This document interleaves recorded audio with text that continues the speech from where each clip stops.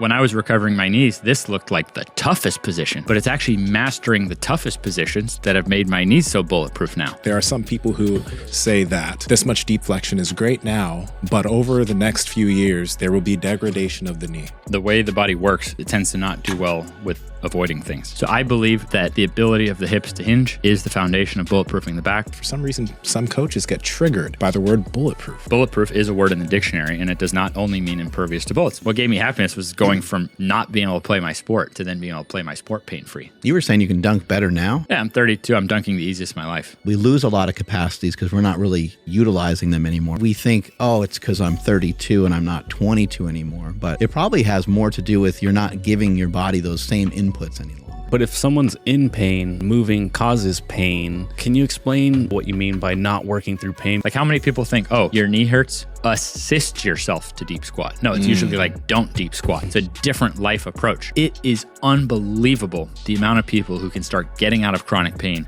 fast. The knees go over the toes. No, they go below the toes. I've been told not to.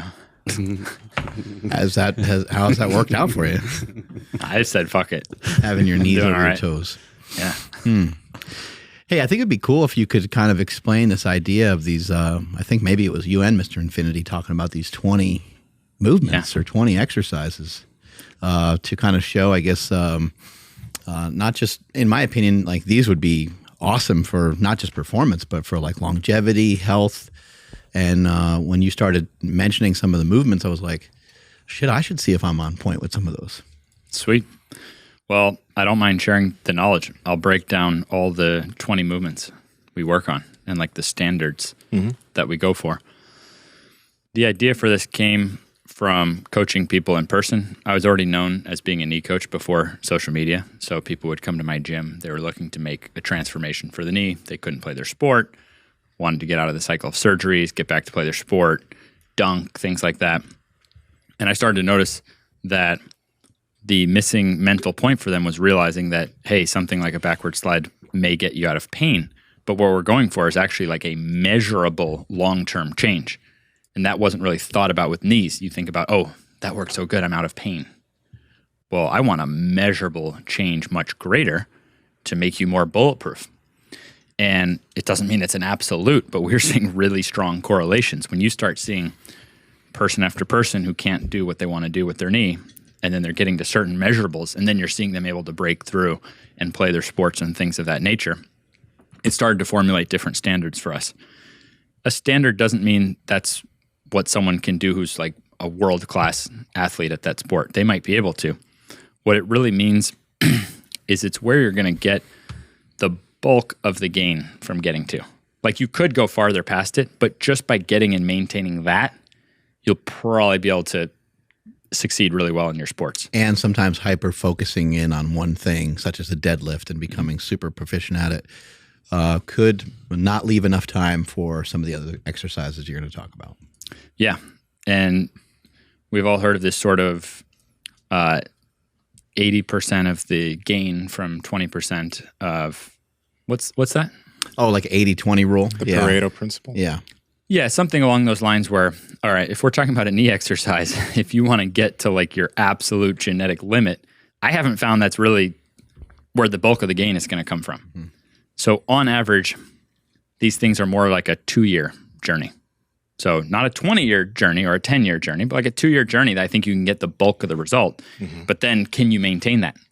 So my training partner, Derek, he's 45 and can still dunk. He's not trying to be world class at any one of these 20. He's trying to maintain these 20. Derek, Mr. Infinity. Oh, okay. Sorry. Yeah, first name Mr., last name Infinity. Yep. Derek Williams, a.k.a. You got to pull him up, Andrew. People got to see this man's got to profile. protect him sometimes and call him by his regular name, I see. Looks like he barely turned 23. Yeah. So like someone could go all out for one type of lift and they would have to maybe put a lot of risk into it. And so we're really trying to make these things that are attainable, safe to achieve, but then can you maintain all these different qualities? So for him, like for someone 45, the fact that he can do these 20 things, like it might be 1 in a million, but no one of them by itself would I say is like that shocking. So if we take it from the bottom to the top, we use, number one, we use 8 lower, 8 upper, and then 4 extra for flexibility. You have 20. If we start from the bottom, number one for the lower body, we use a tib bar, 20% of body weight, 15 full reps. It might be kind of tedious to get, but in the $100 or less range, the fact that you can now have Measurable that's going to last you the rest of your life that you can use with free weight, I'm still a huge fan of the tib bar. So that's number one. Number 2 and 3 are calf raises from a straight leg and a bent knee position. A quarter of body weight, additional load for 12 reps.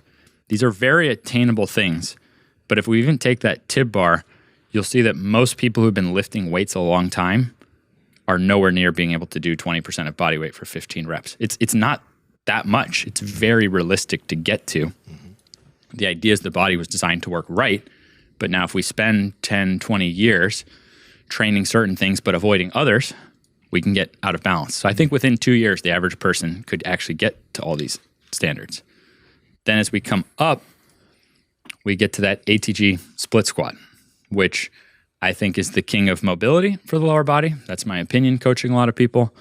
I don't think that any of the things I'm talking about are necessarily the easiest to get into and access, and I'm constantly working at these. Why do you think it's the king?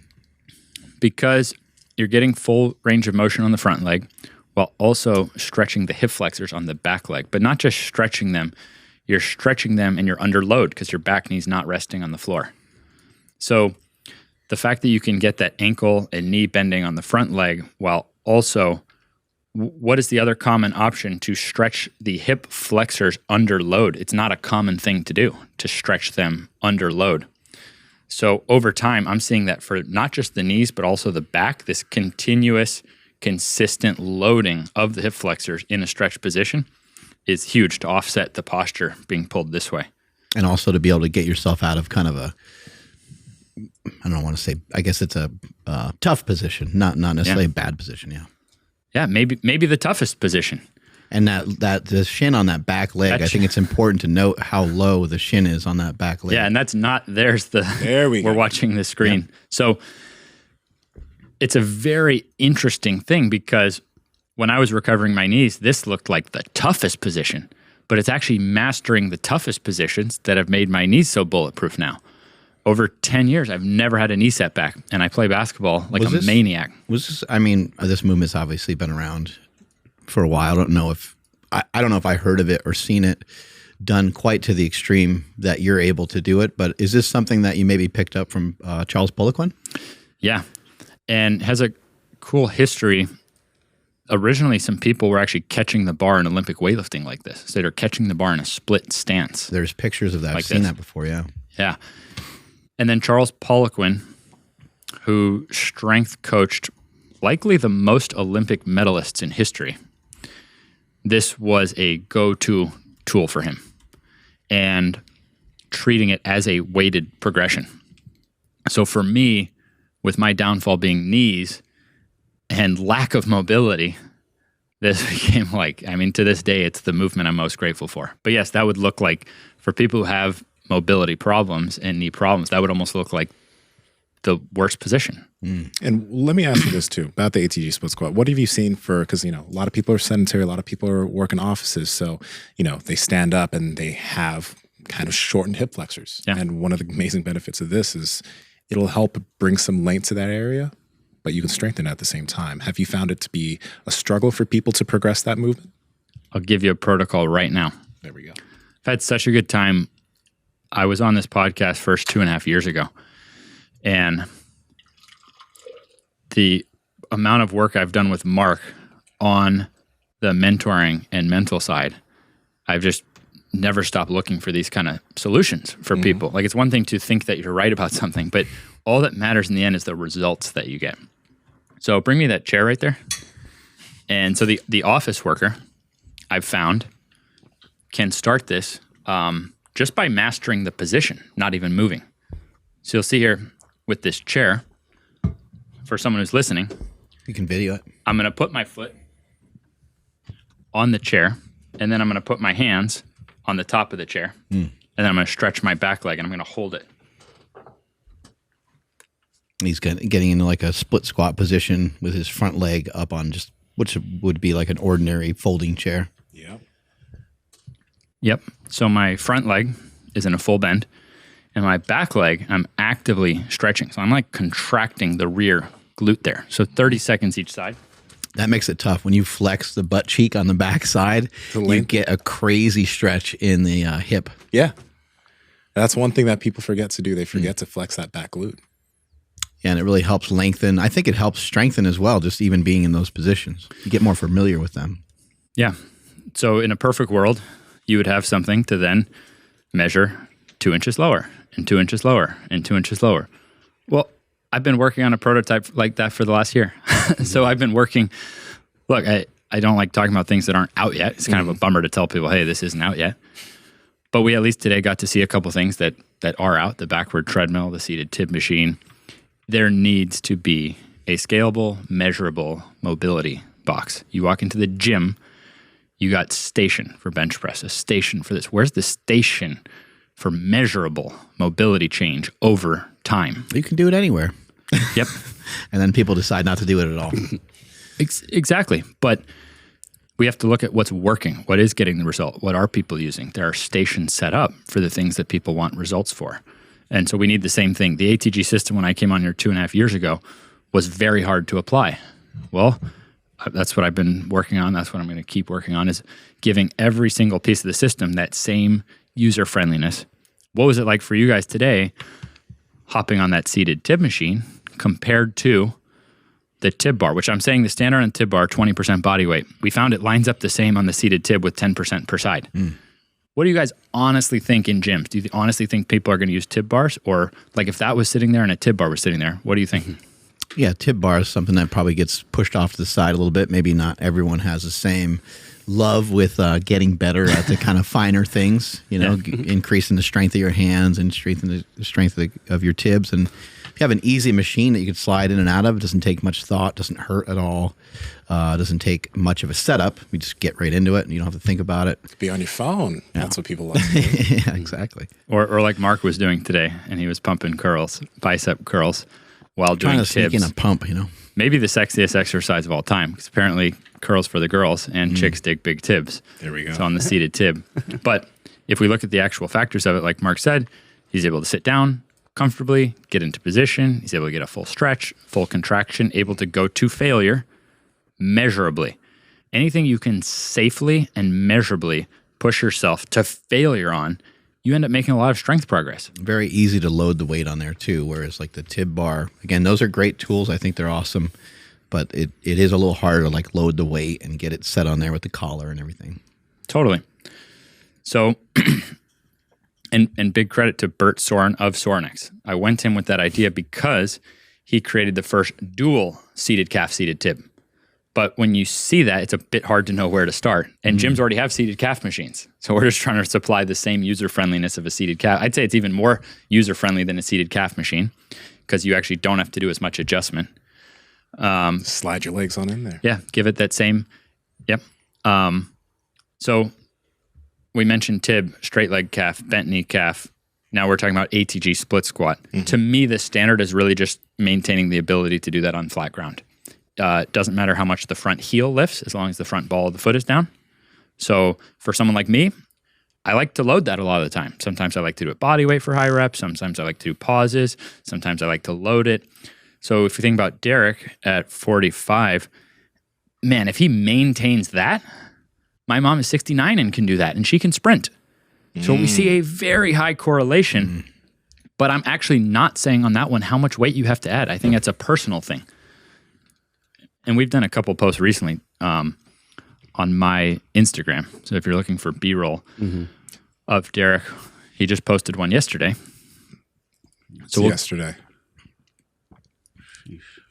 We'll keep coming up these standards. Well, you can see his sled class video is pretty cool. And then that there, he's showing one of the 20 standards he maintained. Yeah, sled class is pretty rad. This on YouTube I saw is my most viewed video of any platform of any kind. This video has over 6 million views already on YouTube in less than a month. Ben, let me ask you something real quick, because you know we're going to go through these 20, but you know one thing that I've been seeing a bit is there are some people that will, they'll give you some blowback on stuff, partially because like you managed to grow very quickly. But there are some people who say that, having this much deep flexion is great now, but over the next few years, there will be degradation of the knee. And honestly, that doesn't seem to really make much sense because, what we found is when you start to get comfortable in certain positions, then they're not painful, they're not uncomfortable anymore. There could be a danger with like loading something way too heavy. That's on the individual. Okay, you can squat 300 pounds. You're looking to squat 800 pounds. You might be in for some risky shit, right? But what is your idea on that idea that if you keep doing deep knee flexion, you could risk, degradation of the knee in the future? Because I see that from a few people and I don't know. What are your thoughts? Well, it's a great question. The way the body works, it tends to respond to imposed demands. It tends to not do well with avoiding things. Mm-hmm. But someone should believe something not because I say it or because someone else says it. I believe in respecting everyone's opinion, so I'm not going to ever come at someone for something they say. But I also do believe that you can get to the bottom and get to a truth of something. Like, I do think there is truth. I think that someone still has to observe that for themselves. So I can only present, this would be me presenting my case. Mm-hmm. But I'm sure people could present a good case on just about anything. Someone would have to compare and think with the data and then decide for themselves. If we look at it from the science side, there's a study on PubMed that analyzed 162 research articles involving deep bending of the knee. Yeah. It concluded, quote, provided that technique is learned accurately and under expert supervision with progressive training load, the deep squat presents an effective training exercise for strengthening of the lower extremity and prevention of lower body injury. Contrary to commonly voiced concern, deep squats do not contribute increased risk of injury to passive tissues. Now, anyone could go get hurt doing just about anything. But if we go on the idea that, hey, it would be better to have ability bending something than not, once you've made that choice, now it becomes a game of mastering how to do that. You can go mess up anything. Yes. But I know I can walk from point A to point B, and I know that I can bend my knee. But I have to know how to do that. So for me, it did become true because of my experience with surgeries and avoidance, and then seeing the results with my own eyes in my own body, and then consistently coaching people in person to results. So maybe I came out with a lot of confidence on social media, but I hated social media. I loved coaching people, and I was relentless on results. And to see such consistent results for people who were getting off painkillers and out of surgeries and then increasing their ability in sports. But man, this was an exact science. This was not just rushing into bending the knee and so on. And you guys have worked with me, and I obsess over the details of this. So once something does become true for someone, then I would say, now you have to master the subject of that. And this is why all right, some facts that we can lay down based on physics. To bend the knee all the way, the knee's going to go over the toes to some degree. So if we tried to get to the lowest level of that, we would find that backward walking, your knee also is over your toes every single step. And if you did this in a pool, you would have a very low amount of pressure. Yeah. But it is pressure. The whole thing found in the 1970s regarding knees over toes, it's more pressure on your knee. Well, the further studies just found that pressure is how the body is resilient and strong, but it has to be within reason. So if backward walking in a pool is knees over toes, so is landing from a high building, but you would die. So we're trying to think in training how to bulletproof the body. So never working through pain, understanding that there is a step-by-step progression to bending the knee. Now, when we start to think of loading the knee over the toe, what do we talk about? The first thing we talk about is backward sled. That's because even if that sled was 1,000 pounds, it's not bearing down on you. Mm-hmm. So fundamentally, it is safer, and you can work your knees hard backward with a sled Or a lot of people have had success with a treadmill not turned on, and you work as hard as you can against the internal resistance. Like in a lot of hotel gyms, you can go down there, don't turn it on, put a towel against the handle so that your butt is comfortable, and you spin that thing for 5 minutes as hard as you can, and your legs are smoked. Could you get hurt? You could get hurt doing anything, but it's fundamentally, just based on how physics work, that is safer than jumping into knee over toe exercises with weights bearing down on you. So you take this with moderation, never working through pain, understanding general cycles of training and recovery, moderate sets and reps, not doing things to extremes, never working through pain, but trying to make a measurable change of your ability. So being able to do things a couple years from now that right now you couldn't do without pain, that's where I see the gain, not by rushing into those things. So that would be my case on why I work with a full range of motion. It's worked for me and it's worked for my clients. And I like to try to clients. Yeah, and I like to try to help people, but that also means now I have to master those steps. So the ATG split squat, what's the next exercise? Well, now you can put those things together into a squat. So the ATG split squat, you're working one side at a time. Oftentimes people dislike deep squats, and it's often because of differences between hips, ankles, knees. Any difference in your mobility or pain or past injury history, you might feel that on a deep squat. Often on a deep squat, when someone's like, oh, I don't like a deep squat, it's maybe, they're thinking about their left knee or their right hip or something like that. So we use that ATG split squat, the goal being flat ground. I'll show one for the YouTube video, just a position they could mimic.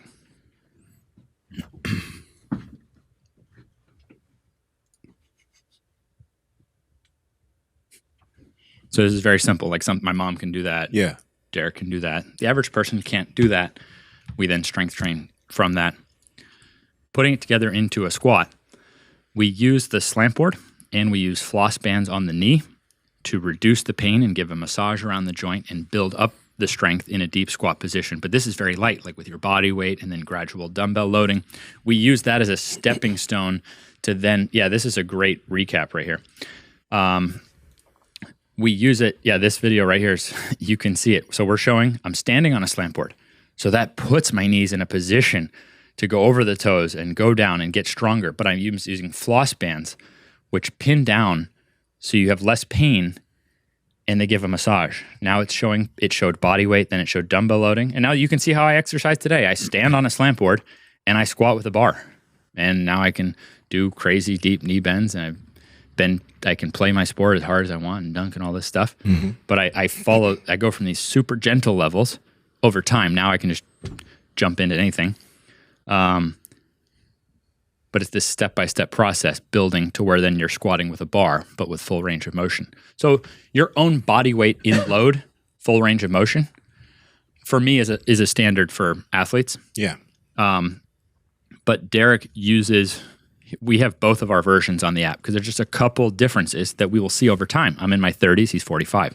So for him, it's 25% body weight, but in dumbbell form on the slant board, 20 reps with the elbow staying above the thigh. So that's like full range of motion for the knee. So what he's trying to maintain the rest of his life is just a quarter body weight in load, but it's 20 reps standing on slant board, full range of motion. Yeah. Coming up from there, we shift to and for me, for athletes, I simply progress that. Like I actually keep that in the program. So I still do the dumbbell squats for high reps. And then on another day, I load with the bar.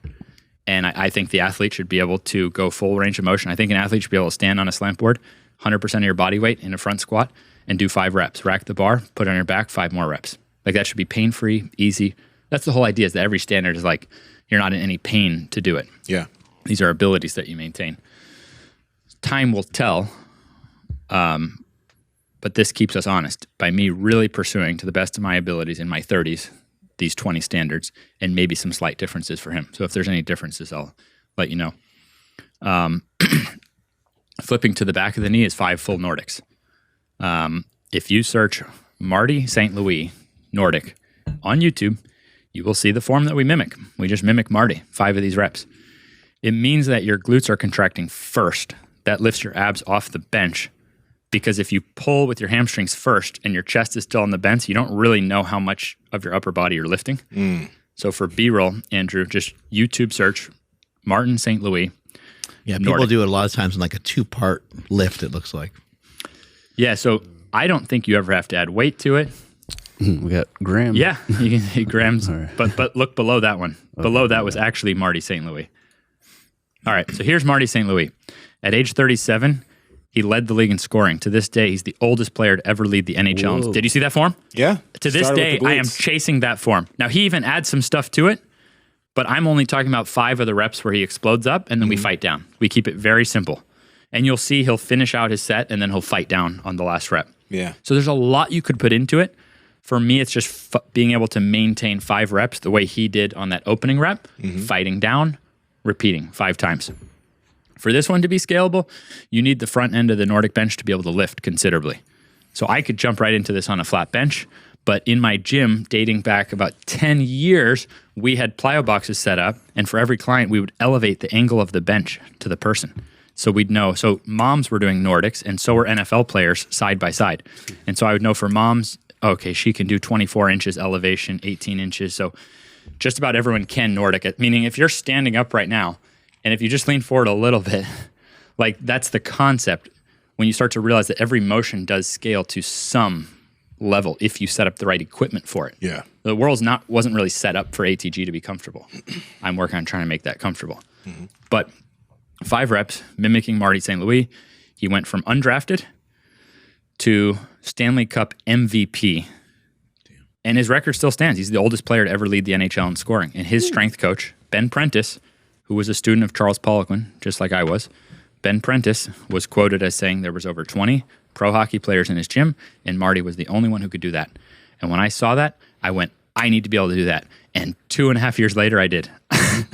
We floundered around trying to figure that out. And it just took time to realize, just do the exact same form as him. Just elevate the front end of the Nordic bench and do the exact same form. Yeah. And that worked. And I've helped tons of people get there. So you can see now some of the formings. This was all before I was on social media. Some of the formings of this idea of standards was you take an athlete who literally cannot. The knee is just on either side, not as strong as it could be. You make a measurable change over time, and then they go out and life is different.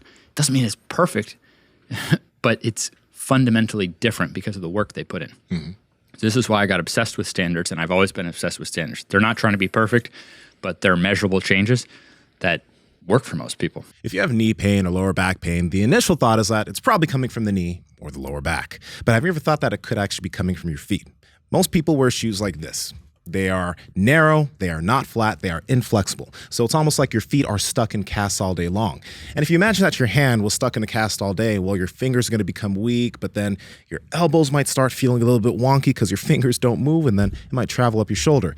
That's the same thing that happens with your feet when you put them in normal, inflexible shoes. That's why you want to throw those out and start using some Vivo barefoot shoes. They have shoes for hiking on their website, working out in the gym. They have casual shoes like these Novices right here. But the difference with Vivo is that they have a wide toe box so that your feet, like my wide-ass feet, can spread and move within the shoe. They're flat so that your feet are doing the work when you're walking, and they are flexible so your feet have the freedom to move the way they need to move so that they can be strong feet. That's why you want to get yourself some of these. And Andrew, how can they get it? Yes, that's over at vivobarefoot.com/powerproject. When you guys get there, you'll see a code across the top. Make sure you enter that code at checkout for 15% off your entire order. Again, that's at vivobarefoot.com/powerproject. Links in the description as well as the podcast show notes. Guys, look at this. Ooh, look at that I could bend. stick that in my mouth. Do it. I'm not going to do Come it. on. That's disgusting. Okay. No. Get him. So we've covered 6 now for the lower body. The 7th, and Nsima and I could probably do a whole podcast about this topic. The 7th, now we're moving up because it's lower body, but we're moving up into the lower back. It also addresses the inner thighs, and it's a seated good morning. We have a mobility standard of being able to get your abs to the bench without your back rounding. So to me, the foundation of a bulletproof back is incredible ability to not round the spine. So even though I'm kind of known for the Jefferson curl, Yeah. we build this on a foundation of ability to resist rounding the back with incredible flexibility and strength. So it's 2/3 body weight, 10 reps, abs to the bench. An inclined bench. Mark, you come from a powerlifting background. You ever do standing good mornings? Oh, yeah. Okay. Yep. So imagine for a beginner doing standing Oh, this would be a good video because it'll show the regression. But Mark, I want you to think about a beginner doing standing good mornings. And think about that point, though, when they lean over. It's kind of a vulnerable position. So what I do is I use an inclined bench. You sit on it, and then you can adjust the angle. Andrew, see if you can find, there's going to be some point in there where the bench angle adjusts. So you're actually lowering your abs down to a bench. You have a stopping point. So it stops you. Maybe it was at the, it'll be. I'll keep searching. It was probably at the very beginning, actually. There it is. So it was. Oh, I didn't see. Most of my videos will show. So here you go. So Mark, here you go. Here's the bar in the back. But I'm using that to measure my mobility progress. It gives me a stopping point. So I believe that the ability of the hips to hinge is the foundation of bulletproofing the back. It feels good to do it seated like that too. You get to really kind of push your butt back and push into your hamstrings. And a regular good morning sometimes just doesn't feel great. Right, and I'm not... Feels a little awkward, I guess. Right, and I actually have nothing against any movement. I'm just trying to find routes for people to follow. So I think a standing good morning is awesome. I love standing good mornings, but it's much harder to help someone progress to a bulletproof back. For me, in my experience, when I could use an inclined bench, measure their progress from a seated position. So now they can go from 45 degrees to 30, 15, all the way down to flat, if they do, but you don't have to force your way to anything. And so it gives you a stopping point. So again, it's fundamentally harder to hurt yourself, but you're still able to build up those lower back muscles, glutes, inner thighs. I also think you'll notice if you haven't done seated good mornings, you'll notice it stretches the inner thighs a lot. It does. In cultures where we stop deep squatting, I think those inner thigh tissues are getting just way too tight. And so most people, when they do the seated good morning, you're thinking about a back bulletproofing exercise. You should know you'll probably feel in your inner thighs more than your back at first, because that's probably, your back is probably not as far from what it should be as your inner thighs are from what they should be, because we stop resting in deep squat positions. So seated good morning, flat bench, 2/3 body weight, 10 reps, no pain or strain. Real quick, before we continue, don't forget, we're going from the seated good morning. The term bulletproof. Yep. And now I think you were someone who has popularized that term. But there have been people who are like, well, you can't bulletproof anything. It's unsafe to say that you can bulletproof your back or bulletproof your knees because injuries are going to happen. This is an unsafe message to put forward. But what are your thoughts on that idea? Because I think it's a great term and idea to use, because you do want to build the resilience in these areas. But for some reason, some coaches get triggered by the word bulletproof. Well, it's like if someone's coming at something from an attitude to criticize it, you can find something. I can find things to criticize about myself.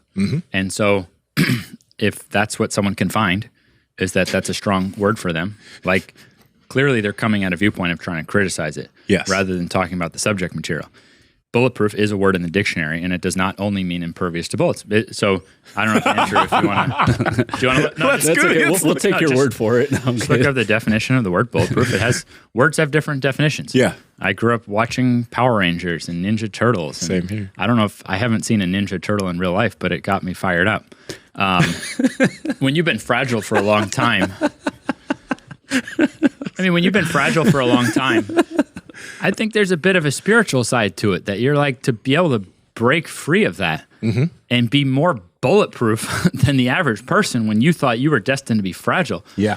That's freaking cool. And that got me fired up. So I was never thinking about the terminology because I understood the word for different definitions. So I was using it for the definition of making something more resilient. Yeah. Someone else could absolutely make their own videos and use the word resilient more. I've used the word resilient. Resilient is a commonly misunderstood word, though. So I try to use words that the average person is going to understand. My videos aren't for people who don't need my videos. My videos are for people who need my videos. Yeah. And so Bulletproof happens to resonate with people who need my videos. It might not resonate with someone who thinks they're smarter than me, and very well may be smarter than me. But if you are, it's still a definition in the dictionary. I'm happy you mentioned this. Because like I have just seen a lot of people who, for some reason, bulletproof is something that he talks about bulletproofing. You can't bulletproof anything. Shut the fuck up. Like, you know what we're talking about here. We're talking about making things stronger. There's no reason to pick at that, but everyone will find something to nitpick at. Anyway, cool. Let's continue. My advice is go through life looking for things to find that you like about people, I'm telling you, your life will get absolutely unbelievable. Yes, it will. I have a note at the top of my phone. I wake up every day. It says, "This is unbelievable. This is unbelievable." Easy for you to say you're rich, bro. Yeah. But the thing is, I was saying that when I was broke. Yeah. Right.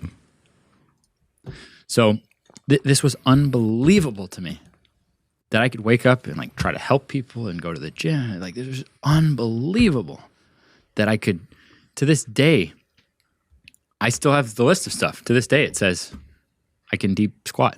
Like, to me, that's still incredible that I can bend my knees. Like, I'm still great. I'm more grateful for that now than I was 10 years ago. Tons of pain, lots of surgeries, all kinds of stuff, right? Yeah. So, and look, if this is getting too deep, then you should join Mark on a 5-mile run in the morning before you even do the podcast. I'm getting in the Uber, got the kids to sleep, getting in the Uber late last night to head to the airport, zip up to Sacramento, get the text from Mark, "Hey, you want to run with me tomorrow morning?" Because he had already texted me like, "All right, 10 a.m. podcast." I'm like, "All right, this is good. I'll get in around 1 or 2 in the morning, get into the hotel, get..." Full night's sleep. Yeah. Psych. But I'm telling you, you can't put a price on mentors in your life who help you get a little bit spiritual. So that's why I like the word bulletproof. It might not be technically sound, but it's like, I think you gotta have that flair in your life. So Mark has completely changed my life and really made me a happier person. And so whatever a hater has to say, I would actually be able to look at it and take anything valuable that I could add. Yeah. So I even might mix up the terminology more, not only say bulletproof, but I'm not going to let them make me stop saying bulletproof. Talk your shit. No, seriously. No, but I think say bulletproof. Yeah. But I've kept saying bulletproof. Yeah. So we've covered 7 lower body standards. The 8th being then everything we talked about so far was really other than like you're putting force in the ground, being able to handle that force. What seems to be the finishing touch is like you still got those hip flexors to lift up your legs. And it was undeniable for me. I would strap people up to a cable machine, have them hold on to something immovable behind them. So I have measurable load and I can measure, okay, now lift your knees and let's see how strong your hip flexors are. And like go to failure till they can't get that hamstring to close the calf. So I could measurably see. And it was undeniable in the gym. The people fastest at top end speed were just way stronger in those hip flexors. Maybe this sounds like common sense that the people faster at top end speed were stronger at picking up their leg. That's what I found. You can go, like, there hasn't been a study on it. Go check it out. Yeah. These standards were not based. I had really never looked at a study, to be honest. I looked at some now to just see, is there actual backing of what I'm doing? And fortunately, there's actually some pretty cool backing of everything that I do. But the standards weren't based on that. They were just based on observing hundreds of athletes in person and then observing older people. And so for those hip flexors, I actually think it relates more to the aging person and women who have had children. Apparently 95% of people after the age of 30 will never sprint again. So even if you thought you were still doing leg day, but the muscles that pick up your legs are not getting stimulated enough. So you start to develop this deviation. Now below the belly button, you're getting proportionally weaker. We're seeing all these like hernias and hip problems, and it doesn't make that is a deviation from the natural design of the body. Sprinting should remain part of life. You got to sprint because of danger. Now we don't have to sprint because of danger. So apparently just about everyone over the age of 30 stops sprinting. And Mark can relate, how many people stop running? Yeah. What's going to happen to your hip flexors when you stop running? So Weak. yeah, so we saw this as a broad thing. We also saw sometimes that if an athlete was genetically slower and then put in the work on weights, but still was struggling and they were still slow at top end speed, we would find that this would help remedy the situation with strengthening hip flexors. So our original standard is lying with a cable machine. You can actually see it in Mr. Infinity's most recent post from yesterday. You can see him demonstrating the standard. So this is an example of one that if he did not maintain this standard, he would not be moving around at 45 years old like this. His legs come off the ground really quick when you see him. The thing when you see him play basketball, yeah, we throw in a dunk, but it's not really about the dunk. It's that he's so light on his feet, and he seems like a guy in his 20s. He doesn't have that. Look, some people are tall and slow and can still get up and dunk, but he's very light on his feet.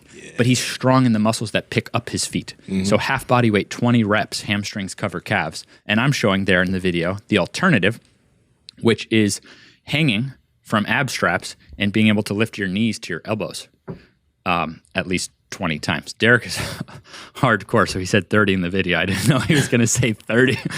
I would say at least 20 reps strict where you're hanging from a chin-up bar. Your thighs never go below 90 degrees, like this mark, and you raise up here 20 times. 90% of people can't do that. But within 2 years, could. So each of these standards, so those are the 8 lower body standards. Each one in itself is not shocking, but you add them up. So each one itself is something that like 90% of people can do. 10% is still a lot of people. Now you start to add these up and you're getting closer to like 1% of people. But each one, I would argue, is just trying to maintain the natural balance of the body. These are common areas where we lose strength or that we don't train in the weight room. So our body adapts with that area weaker than it should be. Like I showed, like if you look at the seated good morning, when we stop in cultures where we stop resting in a deep squat position, the inner thighs get really tight. So now maybe we're not strengthening the back in a deep position. Yeah. So all of it's just trying to store the natural design of the body. Those are the 8 lower body standards. Got it. Let's go over upper body. Yeah. I feel bad that I'm just like Keep talking like through. crazy. No, I think but it's great. It's going to be a long podcast. Andrew, see if you can bring up a couple clips. I sent you a couple things. I emailed you a couple things. There's a seated good morning in there from Chuck Wilgapool from Westside Barbell, who's using like 5 plates or something wild, I think. Light morning. Before we get to that real quick though, one thing that, and we've talked about the idea of microdosing stuff, but with all these things that you're talking about, like you had a chair right there where you did the split squat, right? If you can just get yourself, whether you're at your office, you're at home, etc., just think about some of these movements and just think about ways that you can put some of these movements into your day when you're not in the gym. Yep. Because I think that's where a lot of people are going to see a drastic amount of benefit. When it's not only in the gym where you're spending an hour doing this and then the rest of your day is spent not moving in a certain way. Can you get into an ATG split squat type position? Can you get your hip flexors up at certain parts of the day? Can you just get these areas moving outside of the gym? Because if you can, I feel like you'll see progress much faster. That's a great point. And even being a coach, it's not fair because you're in the gym, you have that time, it's part of your schedule, it's your job. It's not fair at all. But I can totally relate to that because I tend to skip the upper body standards. But now I'm doing all the upper body standards better than I ever have. And the reason is because I put one of those base blocks pull-up bars, where it's this nice, modern, sleek design, and I put it by the pool. My kids want to be in the pool all the time. And I work out outside. And because it's just there, now we all try. My wife is working on it. I can do 12 pull-ups is our standard, 12 full pull-ups. And honestly, that's normally a struggle for me because I skip, even when I go to the gym, I just like doing this lower body stuff. So it's cool what Nsima says, which is that something that's a weaker or tighter area for you, maybe you can figure out how to weave into your lifestyle a bit rather than having to do it only in the gym. So all these drills, like you can sit at the edge of a chair with high reps once you learn the seated good morning form. And even with your body, you can be pumping out high reps. I actually have the base blocks 2 bars in my living room at home. That's where I can bust out a few pull-ups and dips too. And 20 dip, shoulder below elbow, is our dip standard. Yeah. And now I can do both of those, which normally I'm going to fall a little bit short on those. Shoulder below your elbow, you said, right? Yeah. Yeah. Shoulder below elbow dip. A great form example of that is Chris Bumstead posted recently, kind of like how we do dip. Like, I'm not saying to like overstretch, stretch to whatever level feels good. We use a full range push-up, and then people gradually find, oh, wow, I can dip with a bit more range of motion. So just measuring from a side angle, the shoulder below the elbow, 20 rep, that gives us, like that one, a lot of basketball players will fail. And if you think mobility for longevity, I believe in that strongly, but I also believe in the strength. So I think the 12 chins and 20 dips is a great one for people to maintain. And if you're not used to a dip with full range of motion, I would say to get some push-up bars and realize that maybe you just haven't trained that full stretch of the pec, nor does it have to be a full stretch. You can ease into it and gradually build up. But we do see broadly that people can do this. And then the shoulders are actually a lot more protected once they are a bit stronger through a stretch. I would like to point out there's two things that come to mind in getting stronger for some of these movements that you're talking about. One is just to simply train and to, I think the movements that you're mentioning, and I think you would agree, like, your goal isn't to just do these exercises haphazardly all the time and to really train for them. But when you start to implement other movements and you do push-ups and you do bench press and you do incline dumbbell work and stuff like that, that's going to increase the strength of your chest and it's going to help you to be able to do stuff like this. Check out that dip, how low he is there. Jeez. Yeah, so that would be like an outstanding range of motion. And Nsima and I can relate. That actually feels really good, and it makes us actually it makes our shoulders more protected. Yeah. But I'm not saying for like the baseline standard that someone has to go to that depth. I would like to. I can't do 20 with that range of motion. I can do 20 shoulders below elbows. I could maybe get 12 with that range of motion before I tire out, because more range, more time under tension, more tiring. So for the 8 upper body ones, I can roll through those a lot simpler. Yeah. And the 20 dips with your body weight and 12 chins with your body weight, that just ensures you've got good pound for pound strength with your body. There's a lot of different body types, but for pretty much every guy, that's attainable. Another way to get better at some of these things is to maybe lose some weight. It's very possible. You might need to lose some body fat. Yeah, and I find that's also one of the motivating things about having standards, where a lot of them are based on your body weight, is they kind of keep you honest. And if a woman is out there wondering, I mean, you could pursue these and be like probably a world-class athlete by trying to pursue these. My wife and over 50 female ATG coaches are in a chat, and they're working on these really hard. So between themselves and their clients, we're talking like over 1,000 people. And they're really trying to figure out like what's realistic for women. For example, like we believe that a full range of motion pull-up is like an outstanding quality for a woman to achieve and maintain. Even by just hanging from the bar, that's healthy for you. A lot of people are surprised that you can actually hold the top position. So if you hang to exhaustion and you rest fully, and if you hold the top to exhaustion and you rest fully, and you give this time, you might then find you can resist on the way down. And as Mark said, if you have excess body fat that you want to lose, that's going to make this easier as well. And if you get good enough going down on a chin-up, you often find you can do a chin-up. So Alyssa can do a chin-up. She's not pursuing 12 chin-ups, but she is pursuing the most beautiful rep that she can do. Kind of like on the Nordic. There's ways to make it more complicated. I'm just trying to pursue that rep like Marty St. Louis. Yeah. I'm close, but I mean, to this day, I'm still pursuing that gorgeous form that he had in that. And this is one thing that keeps my training really safe, is it's not so much like, let me just infinitely keep pushing farther. That's where I see a lot of injury risk come in on certain things. It's almost like, what area is going to give me that above average ability that then by just really polishing that and improving my form, like I would like to be able to do my 20 dips with the range of motion that Nsima had. That's actually going to be much safer than shortening and adding weight, for my opinion. But I think that's the smartest way to look at it, because I mean, I know me years back, I would just want to keep pushing weight, but you don't necessarily need to see the progress you need to be a good athlete. And then if you are trying to build muscle, there's a lot of things you could do just with higher rep ranges with like dumbbells and stuff. Because like a lot of guys, like they're pushing weight so they can get bigger, but you don't need to progress at these movements. It's not that you need to push the load. That's where people can start to mess themselves up if they push the load too quickly. Kind of reminds me of like box jumps or something. People are so obsessed with jumping on the highest box, and it's like, well, you're using jumping in your training as a means to be explosive. And how high does the box need to be for you to exhibit some explosive strength? It would be safer and smarter just to be like, oh, that's cool. I can jump on whatever size box it is, or that's an improvement from 6 months ago. That's cool. And just kind of leave it at that. But they want to keep stacking it up higher and higher. And the same thing with the weights. You just want to keep putting more and more weight on. And you don't necessarily need to always be able to lift more weight. Having just some proficiency in those areas can be critical. I agree. I still have a dent in my shin from box jumps in high school. I had 19-inch vertical trying to jump on a super high box, and I've still got a dent in my left shin from a wood box that if I had done what Mark is saying. Look at these good mornings from Chuck Vogapool from West Side Barbell. How much weight do you think that is? I think he's got like 5 plates on there, 4 or 5 plates. And his back is rounding quite a bit. You're seeing someone do rounded back seated good morning. If you're listening to this, you're seeing rounded back seated good mornings with 500 pounds. This is the difference. That is specific training that was effective for his sport. Yes. That's not what the standards are trying to be. It was a guy that squatted 1,200 pounds. Exactly. There's a certain amount of strength that it's safer to pursue. Like, this is a really interesting point.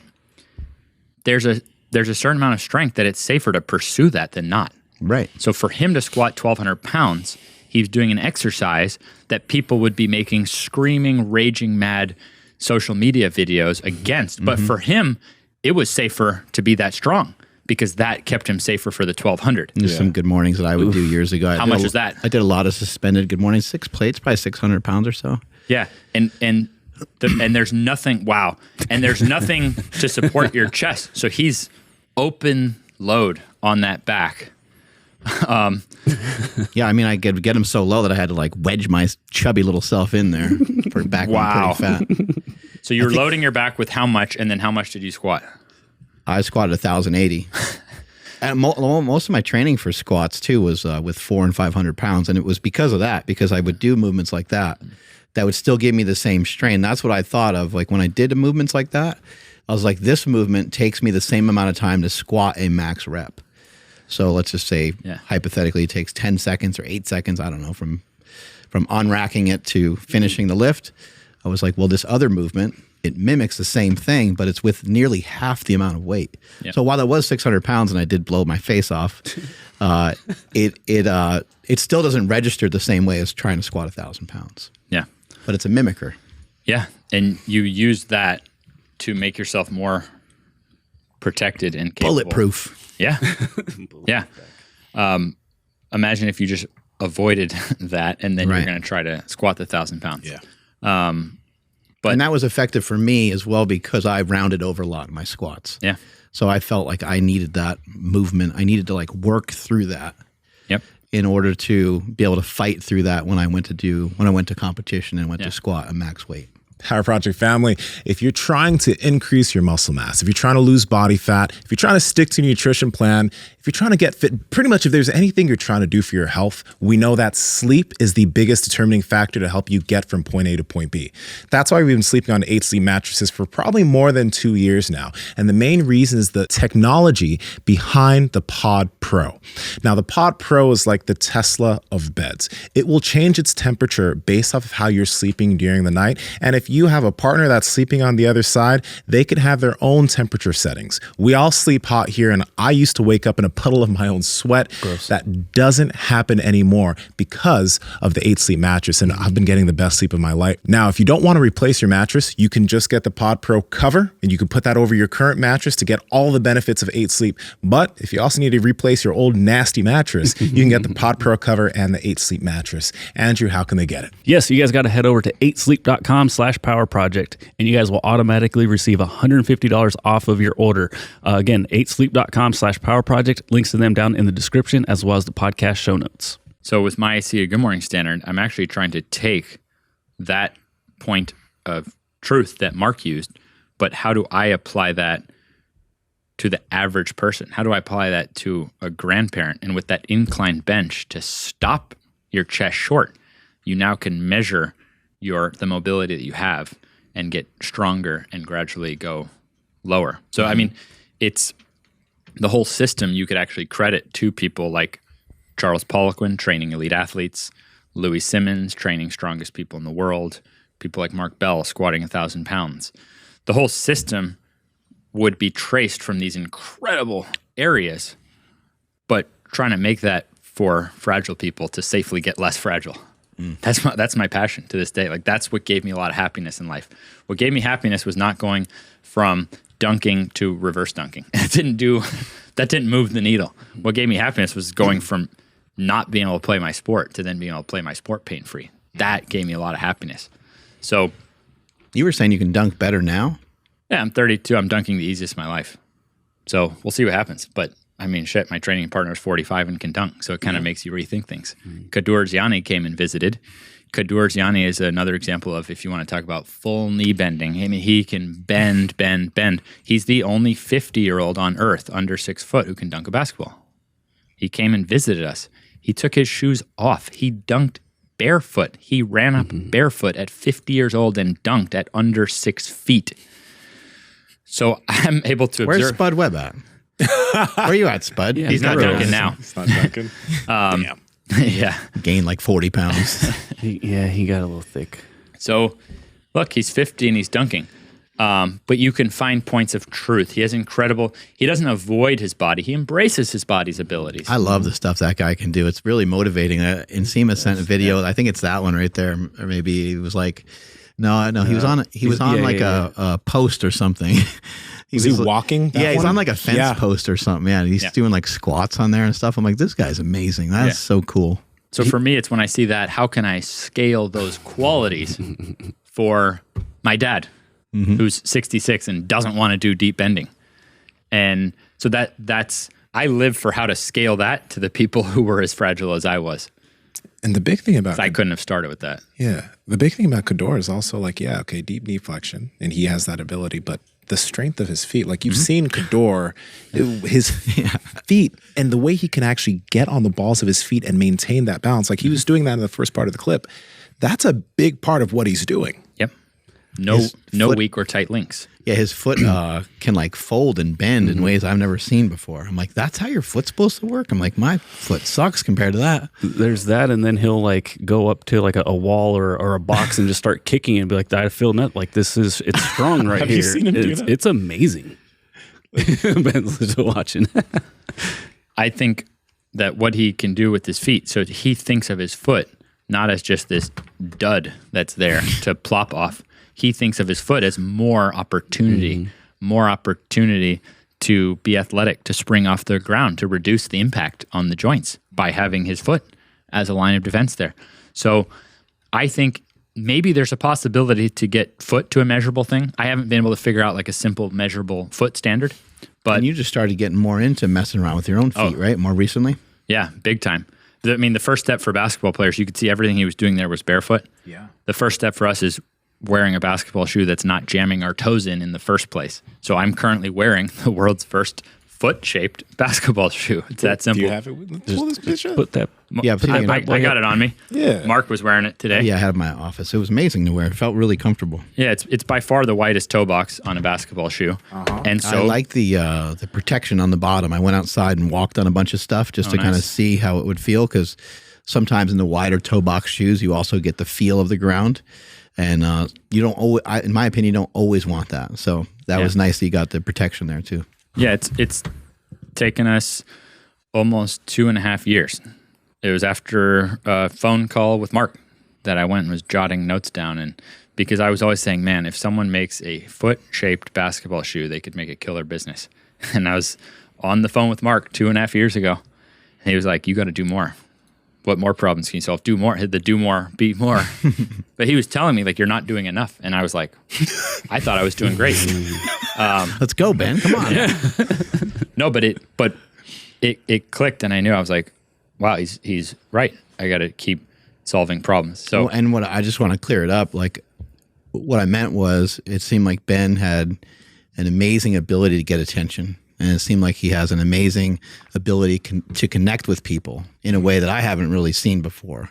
Not in the strength community, not in the fitness community. I've never seen anything quite like it before, where everyone was talking about you. And still, I mentioned to some friends that you were coming, and these are like high level, these are cream of the crop people and cream of the crop coaches and stuff, and they're all pumped and everyone's fired up about the work that you've put out there. So I kind of recognized that, but I was also thinking, like, it would suck if the story kind of ended here, and that was the only thing that he felt he was good at, is making these videos.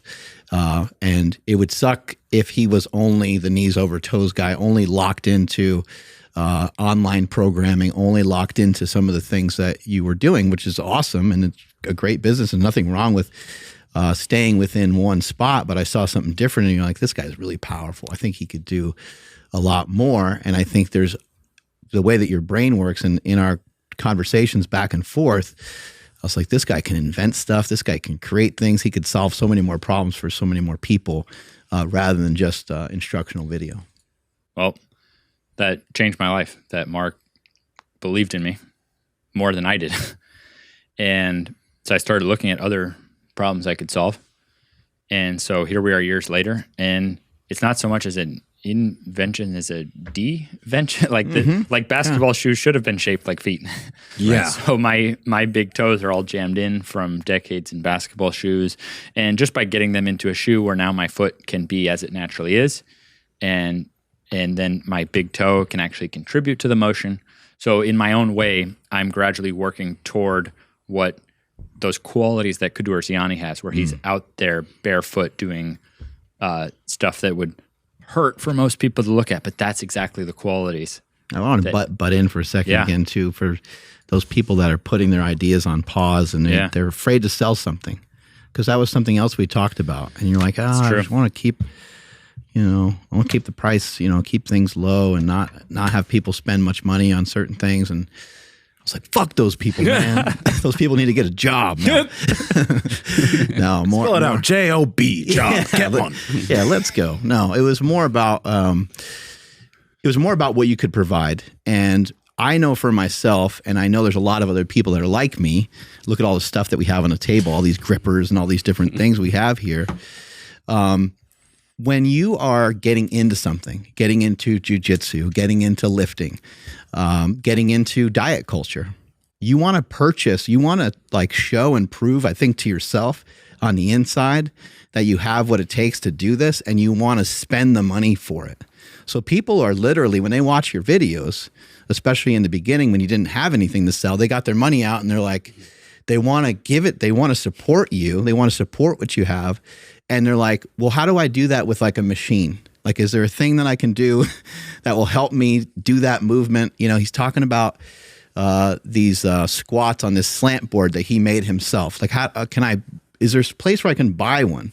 And you might be like, this is easy. You can make it yourself, and you can direct them to a video where they can make it themselves, and you can give them all this advice, but no one really wants to do that. And sometimes when you reference things to people, they go, oh my God, it's $150. There are some of those people, but there's a lot of people that are like, I don't care what it costs because I think I need that. This guy's right. I need to do more stuff for my knees, and this would be really valuable. So I think a lot of people have reservations about selling certain things, the little invention they have or the side idea that they have that they're not quite sure about. It's not necessarily, looking at it as like a little idea is not a good way to look at it. Sometimes it could turn into a full entire business. So just have the guts to put it out there if you feel that people are going to be interested. And it's providing convenience. It's providing convenience. It's providing value. Some of the stuff you showed us today is amazing. Some of the other things we talked about that you have coming out in the future, those shoes. Can people get other wide shoes and wear them on a basketball court? Yeah, probably. But that's the first one that's specifically designed by someone that plays basketball. And now you can put your money into this spot and they can support what you're doing. And they can feel good about the investment that they made towards the thing that they're working on. Appreciate it, Mark. So, yeah, these conversations, remember walking around with my little son on my chest, talking with Mark. I was always blown away how he would take the time. I couldn't believe it to this day. Even different, just grown-up life stuff. Just reach out to Mark. And I hope for everyone, they get people like that in their lives. We're not all going to have Mark Bell's phone number, but my parents believed in me. I was so lucky for that they didn't shoot down me wanting to be Knees Over Toes Guy or something. My wife has always believed in me like crazy. And then the best training partners I've had, like Mr. Infinity we talked about, has always believed in me like crazy. So it doesn't mean that it has to be someone of like magnitude that has to believe in you, because this was, for me, going back, just my wife and I, just kids, and her believing me. So I hope people recognize the value of that, regardless of what you're going to do. Because even just by pursuing coaching this stuff, I was already extremely happy before there was social media or or products or things of that nature. Mm-hmm. So you get to the root of it, just being able to pursue your own goals, I think is a really cool thing. And I think you'll get a lot of happiness from that, regardless of what the exact statistic is today or tomorrow or the next day. Just pursuing your own goals. So to flow through those upper body standards, 20 dips, 12 chins, and I then think we were on the lateral raise. that's and the over front to raise. That's over to the Mark Bell standard, and then 12 horizontal rows. Like if you hung from rings and elevated your feet, or set up the bar in the rack and elevated your feet. 12 horizontal rows, getting the chest or torso to the bar to balance out the 12 vertical pull-ups. Mm-hmm. So part of it is concepts. Like if someone loves a dumbbell row, like awesome. It's not, these are just good measurements that you could use. Some people do it as a weekly program. Others just work on the tests here and there. It's so however you get to 12 pull-ups and 12 horizontal rows to balance that out, I found that really good for the shoulders. A lot of people can do the pull-ups, but then can't do the rows because you're contracting different muscles between your shoulder blades. And then similar to how the dip you're pushing downward is then 25% of body weight in each hand and doing 10 full shoulder presses. So you're actually like pressing from your posture. So whatever other pressing work someone wants to do, I believe in being pain-free pressing from your full posture. So for example, if someone was 200 pounds, 50 pounds per hand, 10 reps, full range of motion, pressing overhead. So that's 4 of the 8 upper body standards. Then the last 4, we've done videos together on a dumbbell external rotation. So for 3 of these last 4, you're just talking about 10% of your body weight. And most people get great results by start as light as you want. These muscles tend to recover fast. You can make progress on them. So 12 seated dumbbell external rotation, sitting on the floor or sitting on a bench, 12 of those with 10% of body weight. And then 10 Powell raises where you're on an incline bench.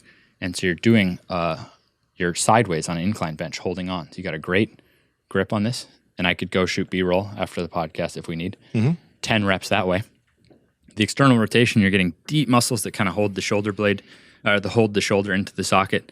Then the Powell raise, you're getting now more to the rear delt and the mid back. And then the third one is a trap 3 raise where you could sit on the bench with your chest on the bench, 45-degree incline. And now without bending your elbows, raising your arms up, you end up actually working muscles that are just above your lower back.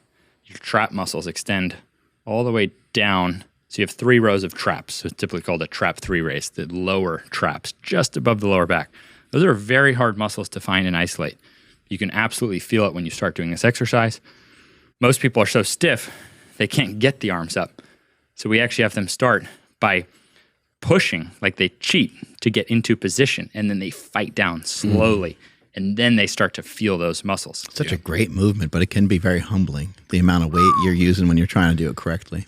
Yeah, I think because of the modern posture and all the sitting, that thoracic, that mid-spine has really gotten pulled forward in most people. And so they haven't really trained the muscles that extend back. And so that's 7 out of the 8. The 8th one, I typically program before that trap 3 raise, which is the opposite motion, which is a cross bench pullover. And a similar motion where some people are scared of doing it, but if you start light, keep it in a zone that feels good, build up gradually, I think you end up a lot more protected than if you lack ability in that position. And that's just a quarter of body weight for 12 reps. And so that's almost stretching you in the position that you're going to need for the trap 3. So a lot of people are so stiff, they can't actually get the trap 3 standard. And Nsima, didn't you mention being like in that position in jiu-jitsu, and it didn't, like most people, it might choke them out or it might make them tap, but your shoulders have better range nowadays and you didn't feel the pain, I guess, as much? Yeah, when I was in Austin and I was mounted by this guy, Nicholas Miragali, there's a position where like he had my hand all the way here, right? And he usually taps people from pressure in this area, but I'm just very comfortable there because my shoulders, they can get there. So a lot of people will just tap from shoulder pressure when their shoulders get above their head. It can be very uncomfortable, but a lot of stuff like this will help that. That seems like it'd be real painful. Yeah. That's amazing. Yeah. And look at that one. Arnold Schwarzenegger was known for those pullovers, and he was doing those with extreme loads. I think he would use at least 100 pounds on those. So that would be, you're talking like half of his weight. I'm only talking about a quarter of body weight. Most of these are like attainable, as I said, within a couple of years for the average person. And it's kind of a blend of mobility and strength. And these are baselines. Even if someone does then add other lifts, someone can do any exercise, any physical exercise they like I'm not against any form of physical exercise. And I've just had good results with these, ensuring that someone doesn't have weak or tight links. And it definitely seems that in relation to age, these different areas of mobility start dropping off quick. Like how little kids can just lean back and do a bridge and stuff like that. We find that now adults, without training for it, by doing these shoulder standards, like I can do a good bridge now. I never worked on a bridge. I remember trying one time, it was like it felt so stiff. And my shoulders and back feel a lot better. I'd like to just point out, I do think that there probably is some sort of connection to like getting older where certain things happen.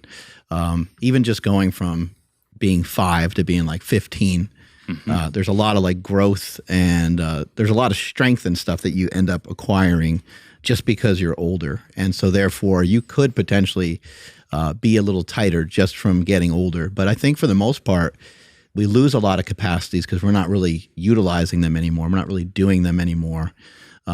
Could be a combination of things. Could be a specific sport that you did.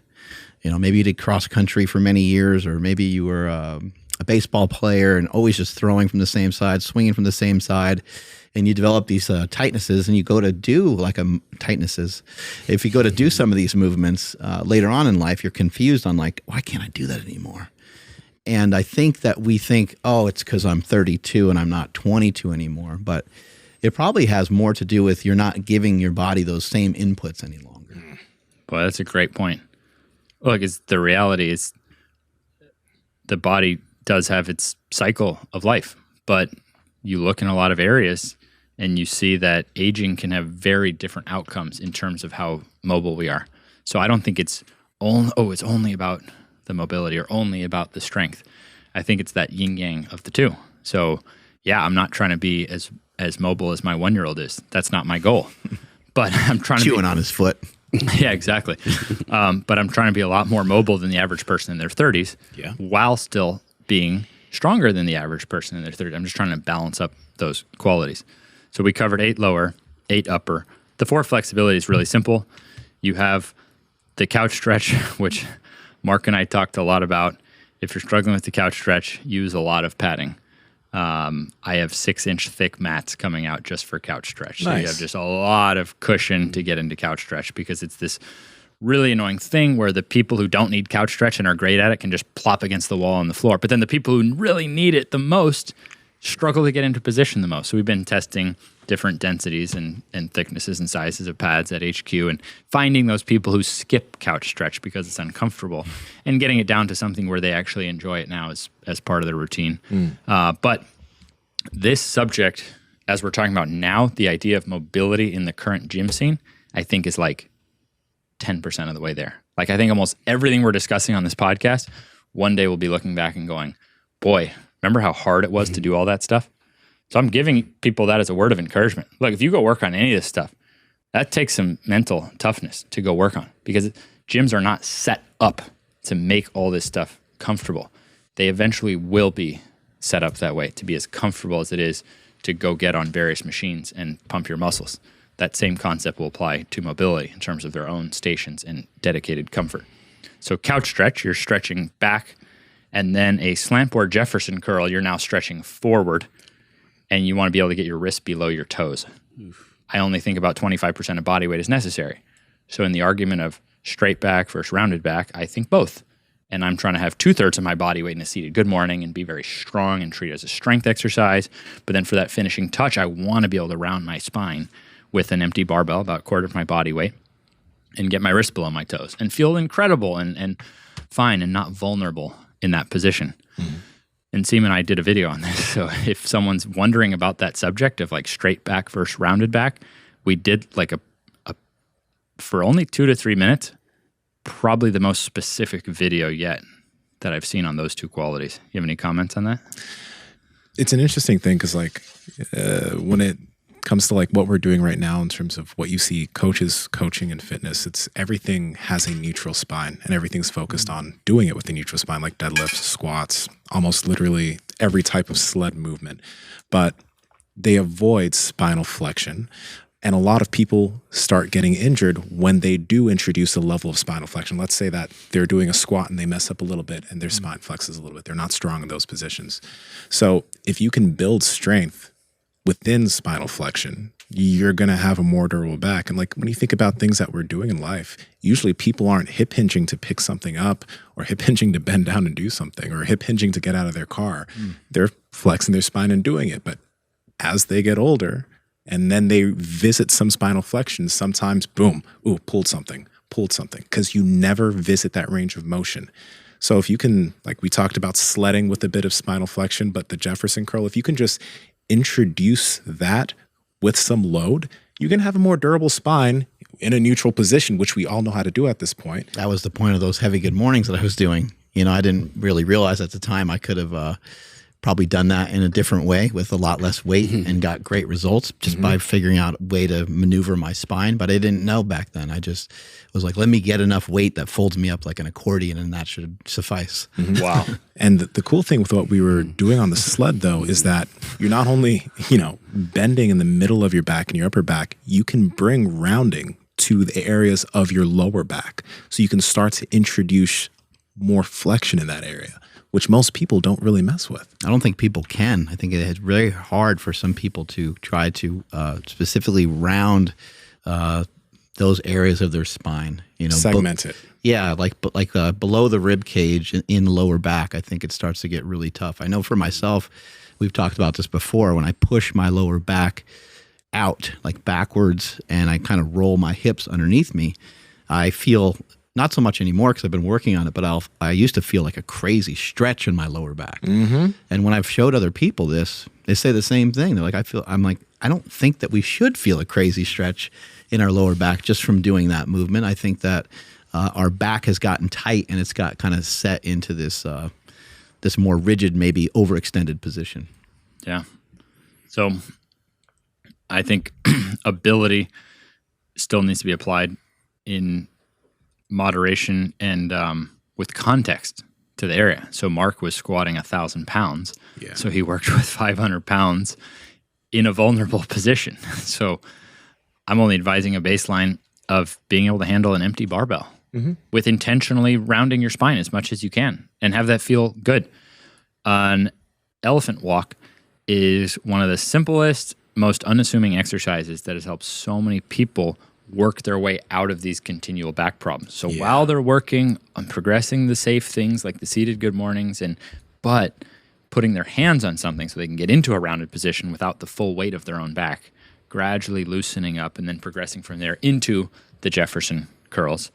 And what Nsima was mentioning is just how we use a sled to go backward for the knee, because let's say the sled had 1,000 pounds, you wouldn't be likely to hurt your knee. You would just exert and the sled wouldn't move. But if you put your knee over your toe as if you're going to do a backward sled and then someone put 1,000 pounds on your back, you'd probably blow your knee out. So Nsima has been doing something I've never seen. So he's holding straps to drag the sled. So he's doing backward sledding while gradually rounding his spine, because that's a position where he can work that ability where, again, if I put 1,000 pounds on his back and he rounds his back, that's going to be But if I put 1,000 pounds on the sled and he rounds his back, it probably just won't move. It doesn't mean people won't get hurt doing anything, but fundamentally, that's a safe way to work on rounding the back. So that's really cool. These areas are not explored that much. Don't assume everything, don't assume everything has already been done. If we're here in 2023 and like I'm able to make a basketball shoe that's shaped like a foot, that's a shoe should be shaped like a foot. I didn't do anything. I just undid a mistake. So don't assume everything has already been done. If that is where we're at with billion-dollar sneaker companies, then when it comes to something like rounding the spine, do not assume everything is known that can be known about that. And I'm always going to go with my common sense more than any study or anything any authority can ever tell me. Your own gut instinct is probably true for you. Like, you got to learn to trust that gut instinct. So even studies, I think of them almost as clues for where to look. Like I cited a study on deep squats, but I hated deep squats. But it gave me a clue that I wanted to be able to do a deep squat. Like, it's a clue for someone, okay, that might be a good idea. It doesn't mean to force into a deep squat or just blindly follow the study.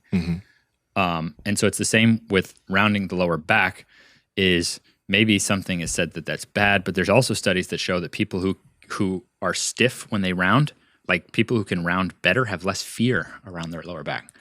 People who can hinge have less low back pain. So you want to be able to hinge without rounding, but you also want to be able to round. So how do I feel about my back? No pain and no fear around it. So I want both. I don't want to live in fear. And so the best back success stories I've seen were not one or the other. They were being able to resist rounding very well while also embracing the ability to round. Yeah. The funny thing too is, like, for example, myself, I had more lower back pain when I was much stronger in the squat. And it's not like being strong in the squat and deadlift gave me more lower back pain, but it was because I was so stuck in that way of keeping my back that then when I would introduce some rounding, I'd pull something or I'd have lower back pain. So then I would avoid any type of rounding in that area. But as like I said, as I've starting to do a lot of the things that you were talking about, Jefferson curls, seated good mornings, rounding my back while on a sled, or doing any movements on cables, wow, I don't have back pain anymore. And I feel very comfortable exploding into a rounded back position with no issue. Yep. So it's like we're told by a lot of professionals, avoid that. You know, I've seen professionals make videos about how you want to avoid that area and avoid doing that. But it's like, if you continue avoiding that, you're probably going to be living with some form of pain for a very long time. Well, it'd be interesting if we could, do some of it in collaboration with what we know now, because, I think strongman guys and like there's certain people that kind of had some ideas about like kind of how to round the back and stuff. But again, I just kind of knew what I knew at the time. And when it came to something like a deadlift, what I noticed in deadlifting, because there was always a lot of controversy on like, can the spine, move this way or that way? And I always felt that you could round the spine, but I also felt that once you started to lift, you had to be really cautious that you don't continue to round over more and more and more as just like an error in your form and technique. But some of the stuff that you're saying and some of the stuff that you're pointing out and some of the stuff that we've been working on more recently is stuff where it's not so much just about the weight only. Like the weight can be part of the challenge, but it's not like, oh, let me throw 45 more pounds on each side and see what that feels like. Let me do that again. Let me do that again. You're not just going to keep jumping 90 pounds. A lot of times with some of these movements, it could be that you're holding a kettlebell. It could be that you're holding a dumbbell. I think some people are kind of frustrated with that because it doesn't look as hardcore, it doesn't look the same, but we don't really care which way it looks like. We just want stuff that's going to make us feel good and stuff that's going to feel like stuff that feels like it's progressing us forward for the goals that we have. Yeah. And that's exactly why I love having measurable standards. Yeah. Because it gives me some safe targets to pursue where I don't feel like I have to keep putting more weight or something like that, or feel worse but hit more weight. Like I can take something that I can already do and master it with even better form, even more control. So it's tough doing something when you don't have a goal. I'd rather have a goal than no goal or an infinite goal that I can't achieve. So by no means am I trying to say that these 20 standards are perfect, but I like having some goals. and I do a lot better. I find myself more motivated, and look at my movement quality has improved a lot because it's not, okay, now I have to add even more weight. I'm finding what is above average, but then mastering that with even better and better movement quality. So it gives a sense of accomplishment in a way. So you have a hot date coming up and you look in your closet and all you see are the old, ugly clothes that you usually wear and you're going to wear tonight. It's time to end that, guys. That's why we've partnered with Viore Clothing, because they have some amazing athleisure clothes that you can wear in the gym when working out, but also clothes that you can wear on a date or during Hanukkah or whatever. You can wear these clothes wherever and they feel amazing. Some of our favorites are the Ponte Performance line, which has dream knit fabric, which literally feels so soft on your skin. But they also have this is the Rise tee. Also soft, also feels nice and fits great. And they have a lot of amazing clothes that you need to check out to step your fashion game up. We're trying to help you out. Andrew, where can they get it? Yeah, absolutely. You guys got to head over to vuori.com/power project. That's VUORI.com/power project, and you'll automatically receive 20% off your order. Links to them down in the description as well as the podcast show notes. So the couch stretch stretches back, then the Jefferson curl stretches forward, and then you still have inner and outer hip. So you have like groin, and you have like piriform, pear-shaped. It's a pear-shaped muscle. If anyone's just like confused, piriform, well, that's the name. It's just Latin for pear-shaped, and it's a muscle on the outside of the hip. And yeah, you talk about stuff. I mean, I can stand here and oh damn! I can put my. I mean, I didn't put my toes in my mouth. I put my shoe to my forehead. But have you put your toe in your mouth before? I don't really. I mean, why are you stuttering? When did you do this? He's like, I don't do it for fun. It's just to prove the range of motion is there. I don't really want to taste my toes. But the point is that you do still have the inside and outside of the hip. Yeah. And for any of these 20, it's not. I try to find the simplest, most workable way to get there. And for the inside and outside of the hip, my current standards are actually relaxing ones because you're putting a lot of effort into the other exercises. And so for the groin, I want someone to be able to sit with the butt against the wall and spread the legs and reach 120 degrees. Okay. There's a wall groin stretch. Because you have the weight of your own legs, so there's actually a bit of isometric strength going on. I keep a light contraction in the quads. I'm really stretching the groin and putting it under some load of my own legs. And don't force 120 degrees, but if you find yourself only at 90 degrees, it just lets you know that it might be a good idea to spend a little more time on that. So could someone then add further groin stuff? There is actually a lot you could do with the groin. Like I would say something like jujitsu, you might want to go beyond that and go check out my guy Nsima. He has some very detailed groin progressions because he needs advanced levels of groin bulletproofing. So I think, for example, if like Nsima is one of the types that I'm sure could just master all 20 of these standards in his sleep, he might see similar things of what are good measurable targets to get to for jujitsu. So I hope this even inspires people in other areas. It's not like these are the only 20 that someone can do. I find that for the average person, when you're already mastering those 18 and now it comes time for the inside and outside hip, just go relax against the wall, man. Enjoy it. Good job. You're working your butt off. Yeah. And just relax, stretch the groin. And just by doing that alone, you're going to wind up with like, because you're doing these seated good mornings and full range of motion, like your groin is actually going to build up a lot of strength around it.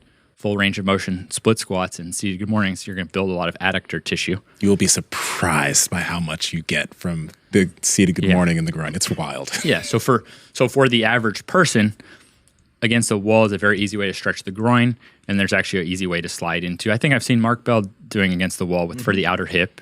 And it's very. Yeah, I love that movement. It feels great. Yeah, it's very relaxing. And if you know the one when you do the outer hip against the wall, that leg that's like pushing against the wall, to be able to hit like at least 90 degrees, meaning someone very stiff would be like farther back. Why am I not able to envision what you guys are talking about right now? It's not. You're not talking about this anymore. What are you guys talking about?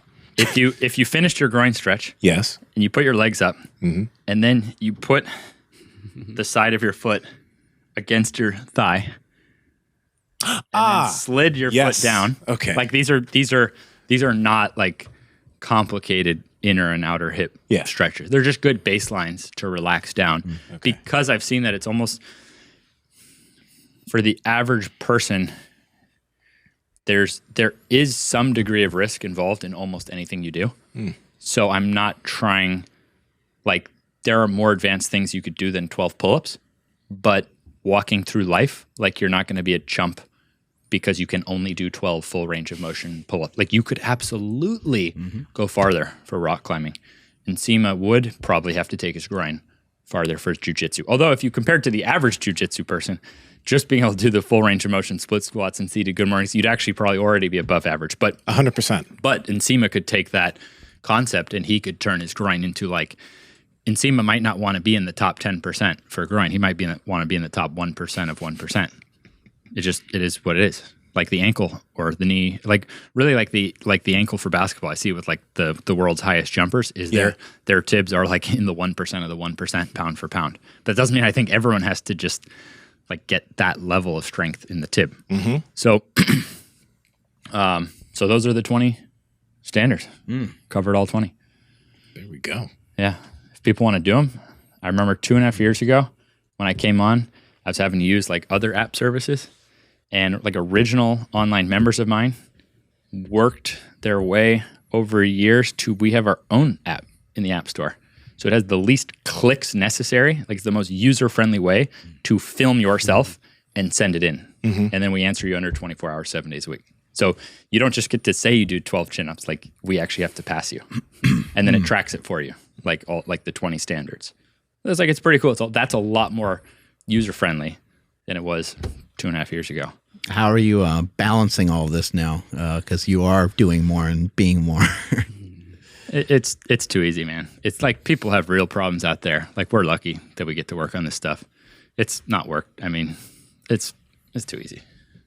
Like I'm not one of these people who's going to bullshit you and be like, let me tell you how to be productive. And like, you got to like, I don't know, like enjoy what you do and like find something. I'd be lazy just like everybody else if I didn't have a purpose in life.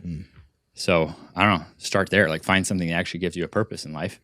And then, yeah, you might end up doing things that someone else might look at and go, wow, what a hard worker. I have weird things like that I do that someone would consider as hard work. But it's like, come on, dude. Like I'm not, what would be hard work is out working construction in the heat right now. That would be hard work. No, I'm serious. Like just because someone has money doesn't mean they're mentally tough. That dude's tough out there working in the heat right now, working construction. Laying roof in Florida. That's harder than my job, even though I might do some things that someone might consider like crazy levels of work ethic. Nah, it's bullshit, man. It's just we're having fun. Yeah. It's not hard. Yeah. How are you managing with the kids? You got kids, you got wife, you got a bunch of other responsibilities. I mean, You got two little kids, right? Yeah. The fact I get to work online is like, it's not fair. Like these people have to go out and grind at 9 to 5s, like away from their family, and they're trying to work in fitness and these various things and picking the kids up from school. Like I get so much time with my kids because I get to work from home essentially. And, you know, because we work online, I've had wonders of where should I live and this and that. Guess who talked me through it? Mark Bell did. Like we're doing great. We have good people in our lives to guide us and keep us mentally straight. And that's kind of where Mark Bell has kept my mind is like, like it's kept me in such a position of like being grateful, seeing that I get to be playing games on things that I enjoy. So not really taking like the life decision making so seriously. Like life just doesn't have that seriousness to it. Oh, boo-hoo, my plane is delayed or something. It's like, it's like, I almost feel like going out in life and seeing how the average person is viewing life. Like they're so crushed down by the seriousness of it. I feel like I'm like watching from the outside in almost. Like I wish everything feels so urgent. Yeah, I wish I could just give them that feeling to like just relax and breathe. But that's because I've been able to go through these experiences and have mentors like this to taught me not to be watching the news and these things that the average person is doing. That's like stressing them out like crazy. Chewing them up. What you got over there, Andrew? Even just like hearing you speak from now to like the first time you were on the show, 2.5 years ago, it's gotten so much better. But like for yourself, like have you noticed like your coaching abilities or maybe your ability to like instruct stuff? Where do you think you've like gained the most like abilities when it comes to being a coach? Well, I was lucky to have, and thank you. I was lucky to have all that in-person experience. And then online brought new challenges because I didn't have all my tools to hand. I couldn't massage the person through it and floss their knee myself. So that brought, I would say the online almost brought a lot more patience. You're like, oh my God, these people are lying. They're not actually doing the program. Patience and tolerance and not taking it personally. So how am I going to do this? And my gym doesn't have that. And like, so I had to learn a lot more patience. Like I'm a lot more patient now and a lot more understanding now than I was 2.5 years ago. But then keeping that connection, we've opened back up our headquarter gym in Clearwater, Florida, where I had a gym for 7 years before the pandemic.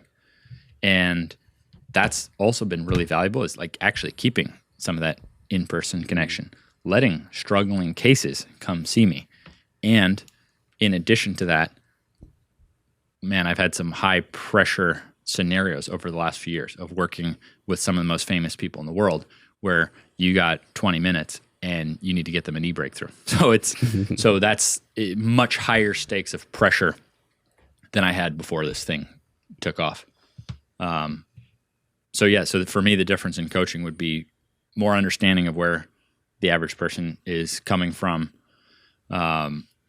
and working with them in a gentler but still very precise way. Like I have to, it's on me, even more responsibility on myself. Not like, well, too bad this idiot won't go find a gym with a sled and won't get results. Yeah. That's on you. You got to go find like that kind of a thing. Like shifting it more from like, if there's an area where I'm not getting a result, like fully taking responsibility. Like that's on me. That's a shift for me. That's awesome. Ben, I want to ask you this because we were talking in the gym, and we don't need to name names here. But the thing is like I think a lot of people, especially as we've been going down the rabbit hole of the feet for a while, I've noticed massive benefit athletically, the way I move, everything, right? Just from my feet getting stronger, my feet are thicker. It's like there's way more tendons that are visible. It's made a big difference. Now, you see a lot of coaches who are like, well, you look at some of the best athletes. Look at the shoes they're wearing. Look at their feet. Their toes are crossed on top of each other, but they're still competing and working at an elite level. And at this point, you've been able to be hands-on with a lot of elite level, professional level athletes. What type of feedback are you getting from these athletes about their feet? Again, without naming names, but you've now had experience with people at the top. What do you notice? Yeah, so out in basketball, the average shoes are jamming all of our feet together. So for the person out there to understand, if you look at LeBron James and Michael Jordan, and if you look at their feet, you had that queued up. Yeah, I mean, of course. I mean, only because we literally just talked about him on a previous episode. So yeah. I knew it was going to be there. Yeah, and so some crazy. people jump to a conclusion that this jammed in foot was better for performance. But first off, you have to understand that because of the footwear, that everyone's shoes are being jammed into the same position. So there's not really a fair comparison. If we look at Kadur Ziani, who spends all this time barefoot and working on his feet and making sure his foot is open and that he thinks of that big toe. Oh yeah, like in strength training, you have something called triple extension. Your calf extending, your quads extending, your glutes back extending. And then there's also, I've tried to help popularize, in addition to that, triple flexion. So like your tib, like the other side of the calf. Yeah. And then like your knee flexion, the other side of the quad, and your hip flexors, the other side of the. So you got triple extension, triple flexion, but he calls it quadruple extension because of his big toe. So he thinks of his big toe as extra. The guy's 50 years old, under 6 foot, and can dunk. Who's to say LeBron James wouldn't jump a couple inches higher if he had more use of his big toes? So I think it's like that. I don't jump to conclusions that, okay, just because Michael Jordan and LeBron James' feet were jammed in, that means now jammed in feet are better. You know why? Because my feet have been jammed in for like 20 years, and I had a 19-inch vertical with jammed in feet, and I have a 40-inch vertical now with jammed feet, and I'm actually feeling a bit of improvement from letting my big toe now contribute to it by getting into a shoe like this. So I can only relate to, okay, me at 32 is feeling the best I've ever felt on the court by having access to my big toes. So we would have to have now a fair comparison, but someone should experience it for themselves. Yeah. With any of this stuff, you should experience it for yourself and see what you think. But man, I always kind of tend to go back to a common sense approach. And if you've got access now to those big toes to being able to assist you, and on the other side of that is pain and chronic conditions that arise often. Like a lot of people have foot pains. Yeah. And so I've seen for athletes that foot pains can be a big limiter of performance progress, because when you have a pain and you go try to exert at 100% and it's holding you back, that's why I think the knee is the number one sticking point on people jumping higher, because they can't express their full intent without pain. So now they can't adapt. And so with the foot is a pretty common one. And if your foot is hurting when you go try to jump off it, it's going to be limiting your progress. So for the LeBron James of the world, I just think they would be even healthier and go even higher. They're at such a high level, it might be a small amount, but they also you might not see while you're watching on TV that the game's more enjoyable because they're not in chronic pain. So anything like that, it's like people don't have to do every single thing in every single exercise, but it just makes sense to me that to get the foot involved in the motion, let your foot act as it should, not be jamming it in, and you'll be an even better athlete. Like that's just my viewpoint. Let me ask you this also. On top of that, obviously wearing white shoes and being more barefoot, has there been anything that, because I know you haven't necessarily made standards for this yet, standards for the foot. If there are, you probably will at some point. But what are some other things that you would tell people to mess around with? Like, we like gloving our feet, right hand, like doing all that. We like smashing our feet on top of hard stuff. But is there anything that you would tell people to start venturing down this rabbit hole of stuff for your feet? Maybe things you're personally exploring? I would say to study from people who have the results that you want. Okay. So Kajurziani is a great place to start. So, okay, what exercises does he do for his feet? He has a whole ass book. Yeah. Can you get into any of those positions without pain, recover, build up? Maybe you'll feel even better. But I don't think it's best for me to jump into trying to apply standards to something that I don't have that decade of experience coaching thousands of people. Gotcha. So even if these 20 don't approach the feet, I think that in some of these areas, like notice I didn't mention a grip or a hand standard, and I didn't mention foot standards. Like I think those can come about from people who have put in that same body of work into that. So that would be my advice. Study. Okay. Do you have any foot videos up? We've talked about the feet on multiple podcasts. We had Kador on, and he's talked about stuff in his book. But Graham Tuttle, Kador, there's a lot that people can look into for the feet. And like other areas, I would see if you could find a pain-free exercise in there that you can add to your routine and get some progress on. Yeah, even doing things like progressing to doing some squatting on the balls of your feet, getting some deep flexion in the toes, or would that be extension in the toes, I guess. But getting range of motion back into those areas over time, it'll make a big difference. Like it's just for me, and I think probably for you too, Mark, it's just so wild how different the feet look now versus a few years ago. Like it's ridiculous how crazy they look, and they're just going to keep progressing. But the fact that over probably 25 years, even though I was a soccer player for 15 years, like my feet weren't as developed as they could have been, it's shocking to me. It's just a big missing link for me, Bingo. And so, yeah, for me, as far as I ventured is, okay, let me not be jamming my foot together while I'm trying to exercise and play basketball. And I can even feel when I play, when you have that really nice level of DOMS, like delayed onset muscle soreness? Yeah. That like you it doesn't mean you always have to have that. And you should, usually when you give that same stimulus, you'll adapt out of it. But since playing now in a shoe where my foot can be natural, I've got like some nice little DOMs through like some foot areas that I feel like I'm walking around the next day and like I can feel my foot muscles more active. Yes. And then when I'm doing the backward, now when I'm pushing backward with my foot able to move, and I'm starting with a very moderate big toe spacer, I'm not trying to overdo it first, just gradual approach and try to work my way until my feet look like feet naturally should. But I can actually feel my big toe pushing rather than this club just pushing into the ground. So that's as far as I've gone, is I do my backward. I make sure that I do my basketball and my workouts in a foot-shaped shoe with a moderate big toe spacer so that I'm engaging. And I'll keep going from there. What else you got, Andrew? You had said it a bunch of times, something along the lines of not working through pain. But if someone's in pain and moving causes pain, they might follow the traditional doctor prescription of rest until it stops hurting, and then they go to move, and it's like, oh, it still hurts, and I want to do this knees over toes thing, but everything I do hurts. So can you explain a little bit more about what you mean by not working through pain? Because, again, people have heard that already on a different context of don't do anything that hurts. Yeah, it's a great point.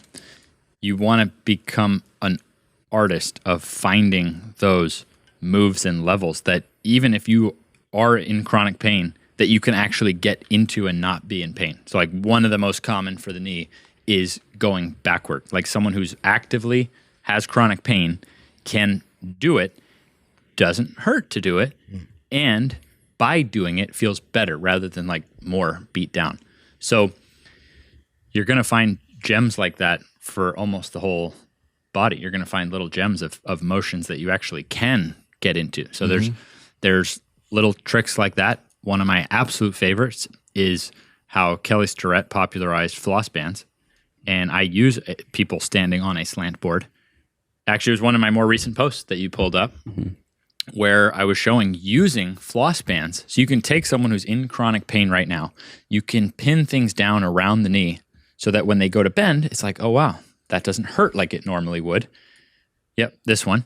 So you're able to take someone in chronic pain, you put chairs next to a slant board so you can assist yourself.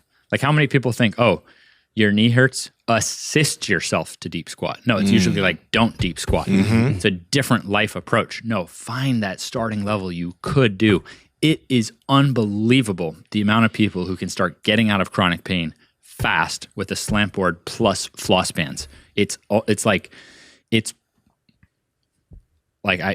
hard to overstate when you're someone who's like spent years and then you help people that in like a couple minutes, you can often get like breakthroughs that they haven't had in years. Wow. Because you're getting them into motions that they haven't been able to do because of the pain, but because of the floss band. So the combination of the floss band plus the slant, I think, like if my only career was just going around doing that for people, I'd be a happy man. If all I had was a pair of floss bands and a wooden slant, I would love my career. Oh, go ahead. What is it about the bands that help alleviate pain? Well, like any compression, and these you can get some pretty tight compression. You just do it for that. Like I just do it for 10 squats and then take them off. So the pressure of it simulates as if you didn't have the swelling or whatever was there that's causing the pain. So like anyone knows, like you can, like compression can short term alleviate pain. The difference is you're using the compression not to avoid motion. You're using the compression to get into motion, which is very unique. And so it also acts kind of like a massage around the joint. So you notice like it starts like recovering a little bit faster. So it's like maybe there's tight tissues around the joint. I actually think massage makes a lot of sense in like it's a natural thing with your hands on a person. But how do you massage your knee? Like it's a bit like your knee, your ankle, like the joint. So to me, the compression around the joint acts like a massage around the joint. Yeah. What's so Nsima's funny got over a there? smile. It's like myofascial release. No, explain that. Yeah, it's a big Explain part that. of what's going on. Yeah, yes. explain that. Well, okay, so we're I think it's a great topic. yeah. So we've been myofascial release and pretty much just like getting pressure on different areas is something that we've found to be really, really beneficial, and it's something that, as Mark has seen and we've all seen, some coaches think it's totally. What's the word I'm looking for? Placebo. Like if an athlete rolls on a foam roller and they feel better, okay, cool, they feel better, but it's not actually doing anything. But the number of people that have come onto the podcast, Chris Godowski, a bunch of others that have talked to us about myofascial release and we've done it, personally, we've noticed just a massive benefit on getting some release on the glutes, the back, in different areas, the traps, right? And me being an athlete who I roll every single day, there'll be some times when I come in, I'm like, something in the lower back a little bit. And when you say roll, do you mean Jiu-jitsu. Jiu-jitsu rolling? Okay. So I'm just trying to help that. Yeah. He's Sometimes talking about rolling on the mats. Yeah. And So that's like an intense sporting activity. you're grappling. You'll get bruises, bumps, stuff here and there, right? But since we've built the practice of doing some myofascial release, it's like, boom, you get in the gym, you do some stuff on the hamstrings, the glutes, back, etc. Oh, why is that pain that was so fucking annoying and it hurt? Why is it just suddenly gone? And it's not like, the thing is like that is on top of all these other things that are done, right? So it's like that pressure that you put in those different areas, it's something that's relieving a lot of other stuff, which is just kind of what you're showing with the voodoo floss, because there's a lot of pressure above and below the knee. Yeah. It's kind of like you're smashing but moving around the joint, right? So that's why I think it's so beneficial, but some people think it's pseudoscience and placebo, and that's blocking some people who would maybe try it from giving it a real shot. I think that's unfortunate. Yeah, and fortunately, there's really awesome people that you can learn that from, and there's really awesome people that you can learn diet from and supplements from. And so I just kind of concluded that it was better to stay on what I could bring uniquely to the table and spend more time on that than anyone and bring that to the table. And so I did feel, so I don't floss. I've only done it in the last many years. I've only done it for videos because I don't have to. I don't take any supplement that could relate to improving my joints. And I don't do any body treatment of any kind. I just do those exercises. That keeps me really in tune with what can I get out of those exercises. Yeah. I think it's pretty cool what you can get out of a body just from those exercises. So it wouldn't be fair if I mastered these other areas. I wouldn't really know. Maybe on the exercises, I might not have figured out as many regressions if I was able to go get some relief. That's true. So it's really about staying true to my process on that. Yes. Some things, it's not that it would be wrong to add. It's that it wouldn't be true to the process of what I just did. Like, I think there's a lot of value in recognizing the things I did and staying true to that. And I'm still neck deep in just trying to smooth out the equipment for the average person on every step of the system. So I got a lot of years of work ahead of me just on that, when other people have put in those thousands of hours on the myofascial release in those areas. Check out Supple Leopard by Kelly and Chris Godowski's book. And Same with diet. I think you got to conclude with diet. For anyone out there who has not tried this steak shake, I was scared to try it. I've seen it. I thought it's so cool how it has these different broad spectrum of nutrients in it. But I was so afraid that it would taste awful. And it's actually, it might be like the best tasting protein shake I've ever had. There we go. This is my second one today. Mark and I did a 5-mile run this morning. He made me a shake when we came in. Then we did a bunch of filming, and I just drank while we were on this podcast. I just drank. So what if I had like 100 grams of protein today? Oh, yeah. So I feel outstanding, and it was delicious. So if you're like me and you were scared to try the steak shake, it might blow your mind. Mark, is there testicle in there? Oh, yeah. Now there is. Yeah. No. It's still, the thing is, it's still delicious enough that it's like, all right, whatever. I'll eat some balls for that. Like, it just tastes like it's not on the edge. Like, it's you must have done a lot of testing. Yeah, it took a long time, especially because it doesn't have any artificial sweeteners or anything like that. So holy, it was a pain in the ass to figure that one out. Wow. Sometimes you get pleasantly surprised. I wasn't expecting that. Yeah. I'm glad you like it. So you've gotten your labs done, whether it's 6 months ago or a year ago, and you want to know where things are at, but you don't want to get a full panel again. That's why I've partnered with Merrick Health, owned by Derek for More Plates, More Dates, and we have something called the Checkup Panel. This is an affordable panel with 55 different labs that will allow you to see all those different biomarkers, and you can get this channel every month or every 2 months, whatever frequency you like, but it'll give you all the specific labs that you want to know so that you can make sure that you're moving in the right direction for your specific hormones. Andrew, how can they get their hands on it? Yes, that's over at merrickhealth.com/powerproject. And at checkout, enter promo code POWERPROJECT to save 10% off the Power Project panel, the checkup panel, or any individual lab that you select. Again, that's at merrickhealth.com/powerproject. Promo code POWERPROJECT at checkout. Links in the description as well as the podcast show notes. And you did great on the run. And you've never really gone on a run before. Play basketball. I've never just gone for a run, but I would say it's. They would like make you run in basketball. You guys got to run today. When you're on teams, you're made to run. But definitely not something like a 5-mile run.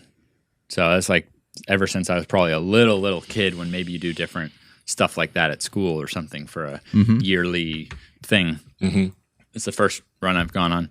Had a great time. It's really cool because we were able to chat. It's not something I'm going to do often. But anytime I come up here, if Mark asks me to go for a run, be ready. What a great way to have a good chat. And Mark has some incredible advice for people on just how to build up the ability to run. You want to share that? Yeah, we talked a lot today on the run about like doing stuff as slow as you possibly can. And think about that. Go intentionally run as slow as you, like for someone who thinks they can't run, go intentionally run as slow as you can. What Mark has like a protocol that someone could try. I'll mention that in a second. A lot of times, somebody goes into the gym and they'll say, my shoulders hurt when I do shoulder presses. And then I might say, well, what about when you use the 5-pound dumbbells? And they'll go, oh, no, there's no pain there. What about with the 10? What about so find a weight that's appropriate, that doesn't hurt. And maybe that would be good rehab for you to do. And then maybe let's say the elbow hurts. Well, now you can voodoo floss it, do the reps with weights that don't hurt. You're still getting some work in. You're still moving around the way that you wanted to. You're still working your muscles the way you wanted to, but now you're getting the extra benefit. I did want to mention on the voodoo floss, you mentioned it kind of pulling the swelling out of there. And that's actually a really interesting contributing factor. Who the hell knows all the science? I don't know if anybody does on it, but blood does rush in and out of there. Your hand, like if you're wrapped your elbow, your hand will fall asleep.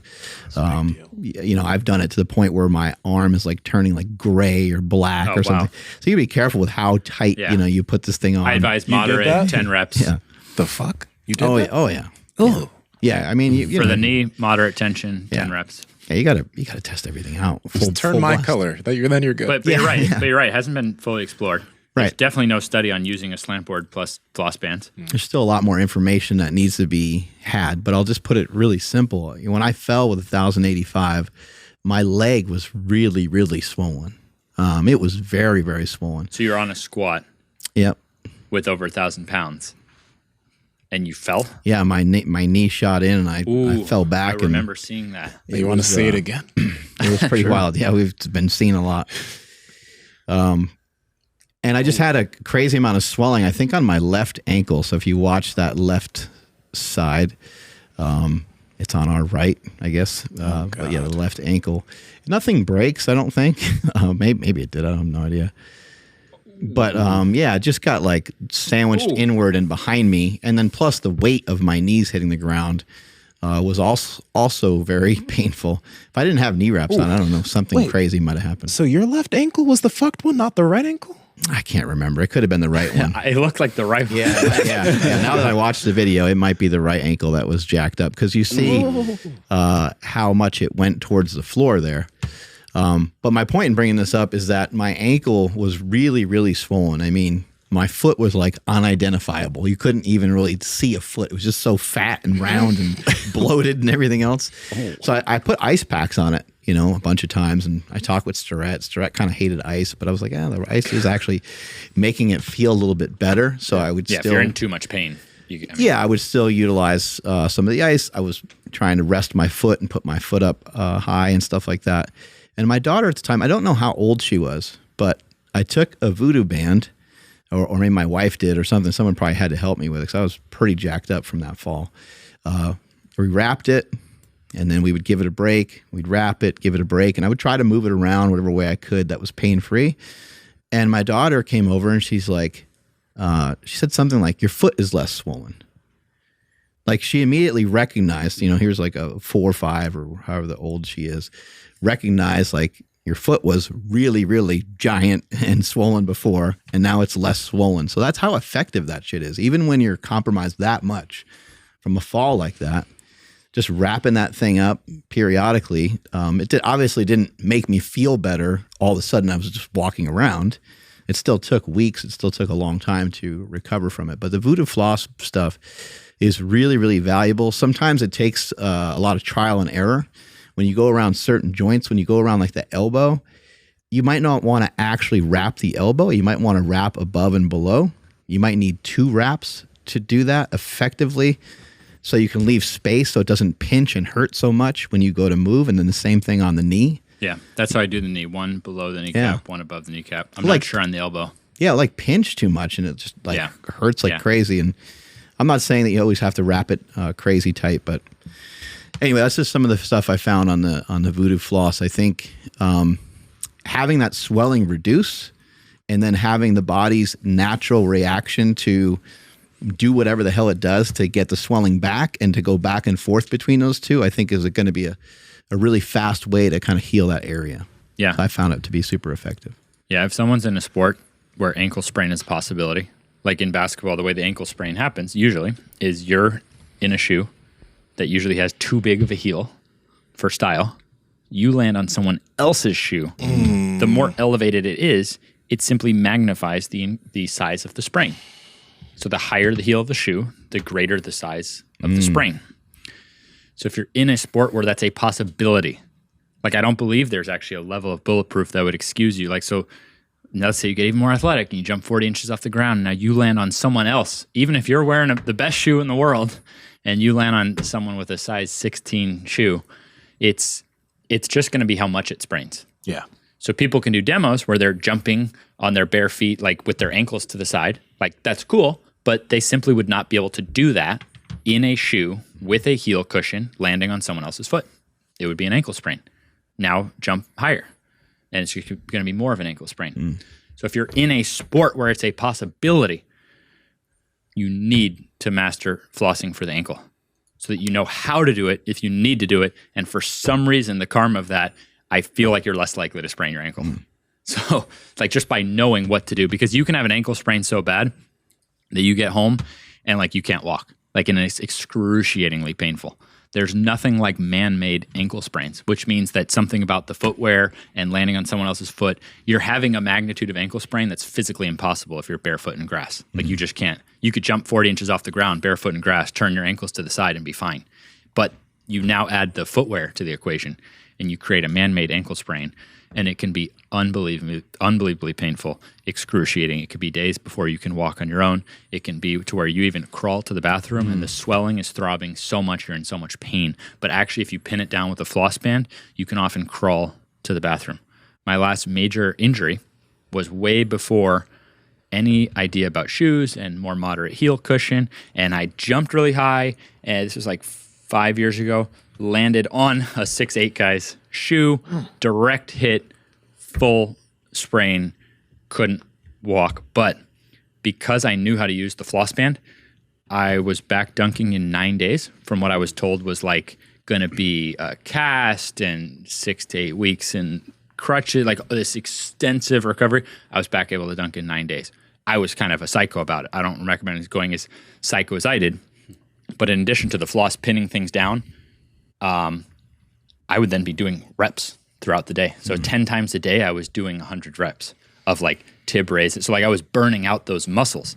So the band pins down the ankle so you have less pain, but it also acts as resistance for the ankle. So specifically for an ankle or a wrist, you can floss an ankle or a wrist even differently than a knee or an elbow, because the nature of that joint is now you try to go again. Like if you look at my wrist right now with a thick floss band, it's now like doing wrist flexion, extension, pronation, supination, ulnar flexion, radial flexion. I just named like 6 motions of the wrist. The point is you can do 6 motions of the wrist with resistance, so you can really rapidly rehab your way back up. So I'm not even advising it to like whatever you're going to do in terms of ice, compression, elevate, like whatever someone's going to do, realize that by knowing a floss band on an ankle or a wrist, if you have a bad sprain, it can save you huge problems in terms of the recovery and getting that back to function. It can help you in just a couple minutes too.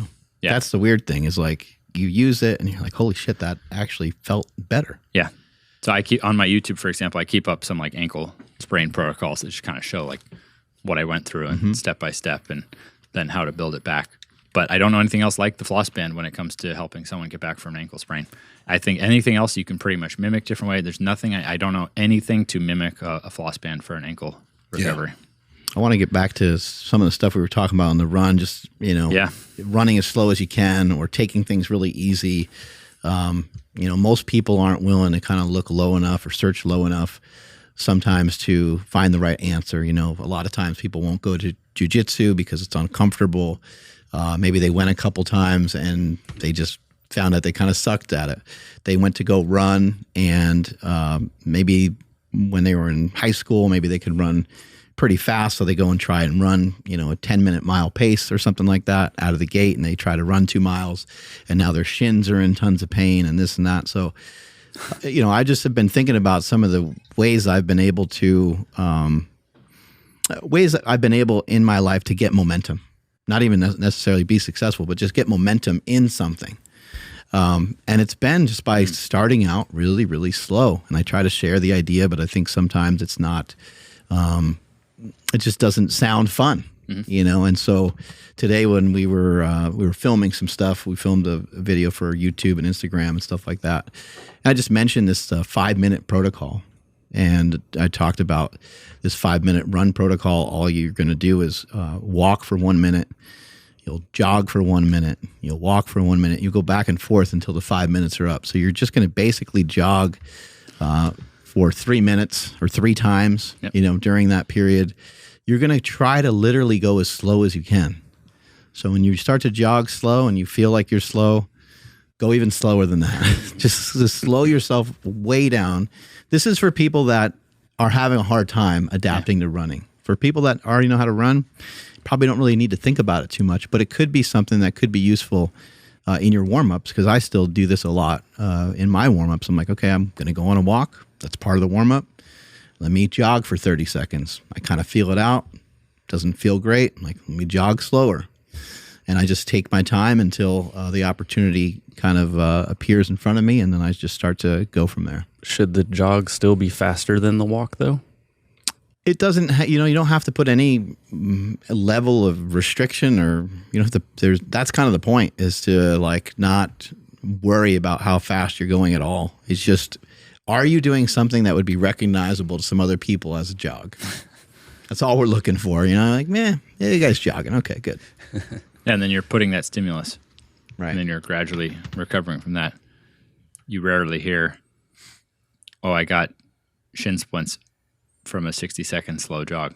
But no one no one's going to social media and saying, hey, I slowly jogged for 60 seconds today. But you're getting a lot of people saying, man, I wish I could run pain-free. And so that's what stepping backward is. That's what jogging intentionally slowly is, for a minute at a time. It's almost like if you're struggling with something, kind of step back and think, could I go lower than society's telling me to go? Because you would think, all right, I went for a run. I went for a 2-mile run. My Achilles hurt, or something along those lines. I've never actually seen someone go that low. And that's what I did for my knees. I went to lower levels than I had seen anyone go. Regress. Yeah. But you're actually putting in the stimulus to adapt, to get able to handle a little bit more. So I think that approach is great. I can't wait to be able to just send people to that video when people are like, oh, I want to be able to run. All right. I will help you on the knee side of it, and give yourself some credit if you go do this 5-minute protocol. I think it's kind of a personal thing. Like, if you take a loss on doing that, that's one thing. But if you flip your viewpoint, you take a win on the fact that you went out to the sidewalk and did this 5-minute run protocol. Shit. Some weeks or months go by, you might find yourself nearly sprinting for the minute, and you might find yourself feeling incredible, but that might not have been possible without the little adaptation that occurred. Like, this is how the body responds. It's cool, Mark. Yeah, and I if you think about, when you're communicating with people just to simply walk backwards, it's kind of the same idea. Like, that's not difficult. If you can already walk forward, and hopefully you're not in crazy amounts of pain, you could probably figure out some ways to walk backwards. Yeah. And then maybe from there you can progress and use some weight, use a sled. Yep, definitely. When's that backwards treadmill come out? They start shipping really soon, in a matter of weeks. In the next couple of weeks, they start shipping out to people. So I put December as okay, we'll ship by December, knowing that we would probably be done before that. You don't want to disappoint people, and it's gone ahead of schedule. Nice. So they're actually the first pre-sale batches are all done and made and start shipping. Where can people buy your stuff? What's the website for the shoes and for some of the different products? Right now, atgequipment.com is where people can buy the equipment. And the shoe, I wanted to let kind of be its own thing. So the shoe is uncivilized.sneaker.com. And then atgonlinecoaching.com is where I continue to do my work. And we always have 20% off for any products I make. Always 20% off for members, whether it's a sneaker or anything else I make. But I didn't want to kind of jam it all on one site. Yeah, the treadmill, it's really sick because, again, you could have that in a commercial gym. You'll have people on it, but you could have that at home. You could have that in the living room. You could have that in your office, and you could set up, if you do have a desk that rises a little bit, you could have the desk there, and you could be, because people already have those little treadmills underneath their desk where they walk forward, but you could set this up where you walk backwards. It's something you could do multiple times a day. My parents. I appreciate that, Nsima. Yeah, we're trying to make it accessible, as accessible as we can, and just like Mark, do more, be more. We're never going to stop trying to improve every single product, but the backward treadmill is a breakthrough for people at home. I love the baby proofing in the background. Oh, that's at our HQ. My kids absolutely love it. We blocked off part of the gym and made it full kid play zone. That's great. We used to do a parenting podcast sometime, but you learn that like kids need their own spaces too. And then, so the same kid that it might be like, oh man, he's such a nuisance or whatever. But it's like, oh man, they're having my kids go back there and they have a great time and they're just super awesome because they're in our, we're in the gym and they're in their own space, just being awesome and having a great time. So it's been, parenting is, I love it. So, because you guys have the sled right next to it. So, in comparison to a sled, like how does it compare to a backward sled? I always love a backward sled if you have a sled and turf. The advantages of a treadmill, the backward treadmill, is that you can have it in your house or your apartment. You don't have to get sled and turf and so on. You have to worry about the weather and everything else. Yeah, perfect conditions. Exactly. So that's the intended use for someone who doesn't have a gym to go to with the sled and turf. I've also found by having older people visit me at the headquarters and use it, we're able to get more consistent results for struggling cases and older people because they can hold on to the railings. They can almost like reduce the weight of their body. Where if you take someone who's even struggling to walk backward and they're trying to drag a treadmill, it's often, if they're trying to drag a sled, it's often like very choppy and they can't quite get into it. But this, like they can reduce the weight of their body. Like you can push against those rails. I'm getting this for my mom. I just she needs this. I'm getting it for her. Sick. Awesome, man. That's great. So yeah, I appreciate you guys letting me show it off. That wouldn't exist without Mark. So, we brought one here, and the Sorinex seated tib. They help people. We saw Russell, who's a bigger guy, who told me like he can't really get into the wall tibialis raise and things like that. Now I should show him that he can do it one leg at a time. He might actually be able to do it. But the point is now you guys have the seated tip here. He's able to sit right down, get that smoke and burn, push his strength. So it's not that the things I'm making are necessarily better than the free weight versions or things like that. It's just trying to make the system more comfortable. Yeah. And I'm going to spend a lot of time on it until every aspect of that is as good as I can get it. So we're just really at the beginning of that journey of now making that as comfortable as possible. I also want to point out, I think we did mention it last podcast, but I wanted to point out that you have a lot of strength and you're very strong. I think the last time you were here, you deadlifted like 465 or 485. Close to 500, yeah. Yeah, something like 485 with like the trap bar. That's nice of you to say. Well, I just think it's, I think that people usually see you just exploring, doing stuff with your own body weight. And they might see the dunks and the stuff on the basketball court and stuff like that, but I don't think they see you doing some of those heavier lifts. Like you actually will squat and do other exercises with pretty good amounts of weight. And you advise that for some of the people that you work with that have progressed out of pain as well, right? Yeah, I appreciate that. And yeah, if you look at it, go look at video of a young Michael Jordan. Hey, that's what I'm trying to emulate. It's a very specific, it's a very lean athletic build.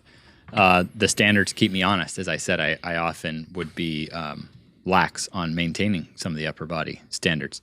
I keep my diet in a way that's going to keep my body fat percentage really low. But that all factors in. Someone could use the ATG system and be very muscular or very strong. If you want to see someone with muscle, in addition to Derek Williams, aka Mr. Infinity, who's 45. So he's very similar to me as a basketball guy, and he's 45. Yeah. But Fernando Lopez, fueled by Fern, he's our other really consistent training partner that I've been training with ATG for over 10 years. And he's jacked. Like people are always accusing him of steroids. And I lived with him when we were training people out of a garage of a house that we were helping renovate in order to sleep on mattresses in the house. So I lived with him. We had no money. We'd go to the Save-A-Lot food store, get a bunch of chicken drumsticks with buffalo sauce. He didn't have money for steroids. I know, I know him. We did not have money to juice. But if you look up Fueled by Fern, you'll see a guy. It's wow, over 200 pounds, muscle, has that muscular look that's different than me. His background was football. He wanted more muscle. So, but he does the same exercises I do. So we do the exact same ATG exercises, and he has programs for muscle development. Whereas I'm trying to have this ultimate, as athletic as I can get for my sport. I loved what you told me about your diet. You mind sharing that? This is like the simplest thing ever. I mean, I've tried it all. It's almost too easy if I keep a high percentage of my diet coming from protein, and it just really doesn't matter what else I do. If a high percentage is protein, I do great. Body composition is good. Fruit, I would say I get more energy from. Veggies, I get more shredded because it's less calories than the fruit. Sometimes try a mixture. I went 821 days without a cheat meal. My son eventually wanted me to try ice cream, so I ate ice cream. That was it. The streak ended. Hey, you don't want him to cry. Yeah, I knew at some point it would happen. Like I wasn't trying to when my kid was born, I knew like that was my chance to experiment with it. Did I learn anything? Not really. You don't have a lot to gain, I think, from going 821 days without a cheat meal. Yeah. I was trying to make it to 1,000 days, thinking I might have some realizations. The main thing I realized is that fruit would help prevent me from caving on my diet. And that was very helpful data for me in helping people in the real world with their diet, was that I didn't have to just say, eat proteins and greens and you'll get shredded, but they couldn't stick to it. And then they would cave on donuts. But giving them a different viewpoint on fruit to like go enjoy that mango, and then they'd be able to stick to their diet. So that's all I got out of it. There's no like spiritual epiphany waiting. Like if your family wants to go have ice cream, I think the idea when I have a high percentage of my diet protein, I can go enjoy that ice cream. It doesn't take a hit on me. What type of protein do you eat? All? I would say all. So today exclusively steak shake. Yeah. But I very much enjoy red meat, eggs. I also like chicken. I mean, really any kind of protein you could name. Yeah. So keep a high percentage of my diet protein. I don't fear the carbs and sugar from fruit. And really someone could add whatever they want to it. Rice, potatoes, bread, you eat anything like that or? Not my thing. I find more enjoyment from the protein and the fruit. I would say those are like my favorite things to eat. Okay. But I just keep a high percentage of it protein. And then I don't have to really stress or criticize myself if I want to have anything. Like if I want to have rice, I can have rice and feel great, or have potatoes and feel great. And so if you think about, what diet do I prescribe to? Like, oh crap, I guess I prescribe to a lot of different diets. Like, one day you could go mainly meat and vegetables and be lower carb, right? And the next day you could eat meat and fruit. Day to day, I could do whatever the heck. So my conclusion after all of it, I had some realizations coming from a super high carb, and even taking like carb powders, and like from super high carb athletic to then finding out, holy crap, I actually can still survive on the court on low carb. Like maybe I'm just more of a mind over matter person or something. To then finding out, oh wow, I can, like, fruit is not the devil. Like, so I've been through all the different things. My kids particularly like fruit. They're very active. That's good. Meat and fruit for my kids, I feel like if I'm putting those like very available, they seem to do their best health-wise by keeping those really behavior-wise. Yeah, it seems to work really well. And so my kids eat a high percentage of protein. They seem to really thrive on that. But I don't limit. They get access to everything you named. Like everything you named is presented and there for them to choose from what they like. And that was cool for me to find out for people when they are trying to lose body fat that they want to lose, that getting them to shift their viewpoint on fruit, that's not like a loss of their diet, that they would just tend to have better long-term outcomes by having just freedom of choice on that. It doesn't mean like I'm like making them eat certain things. So freedom of choice to have as much protein as they want, freedom of choice that they can have fruit.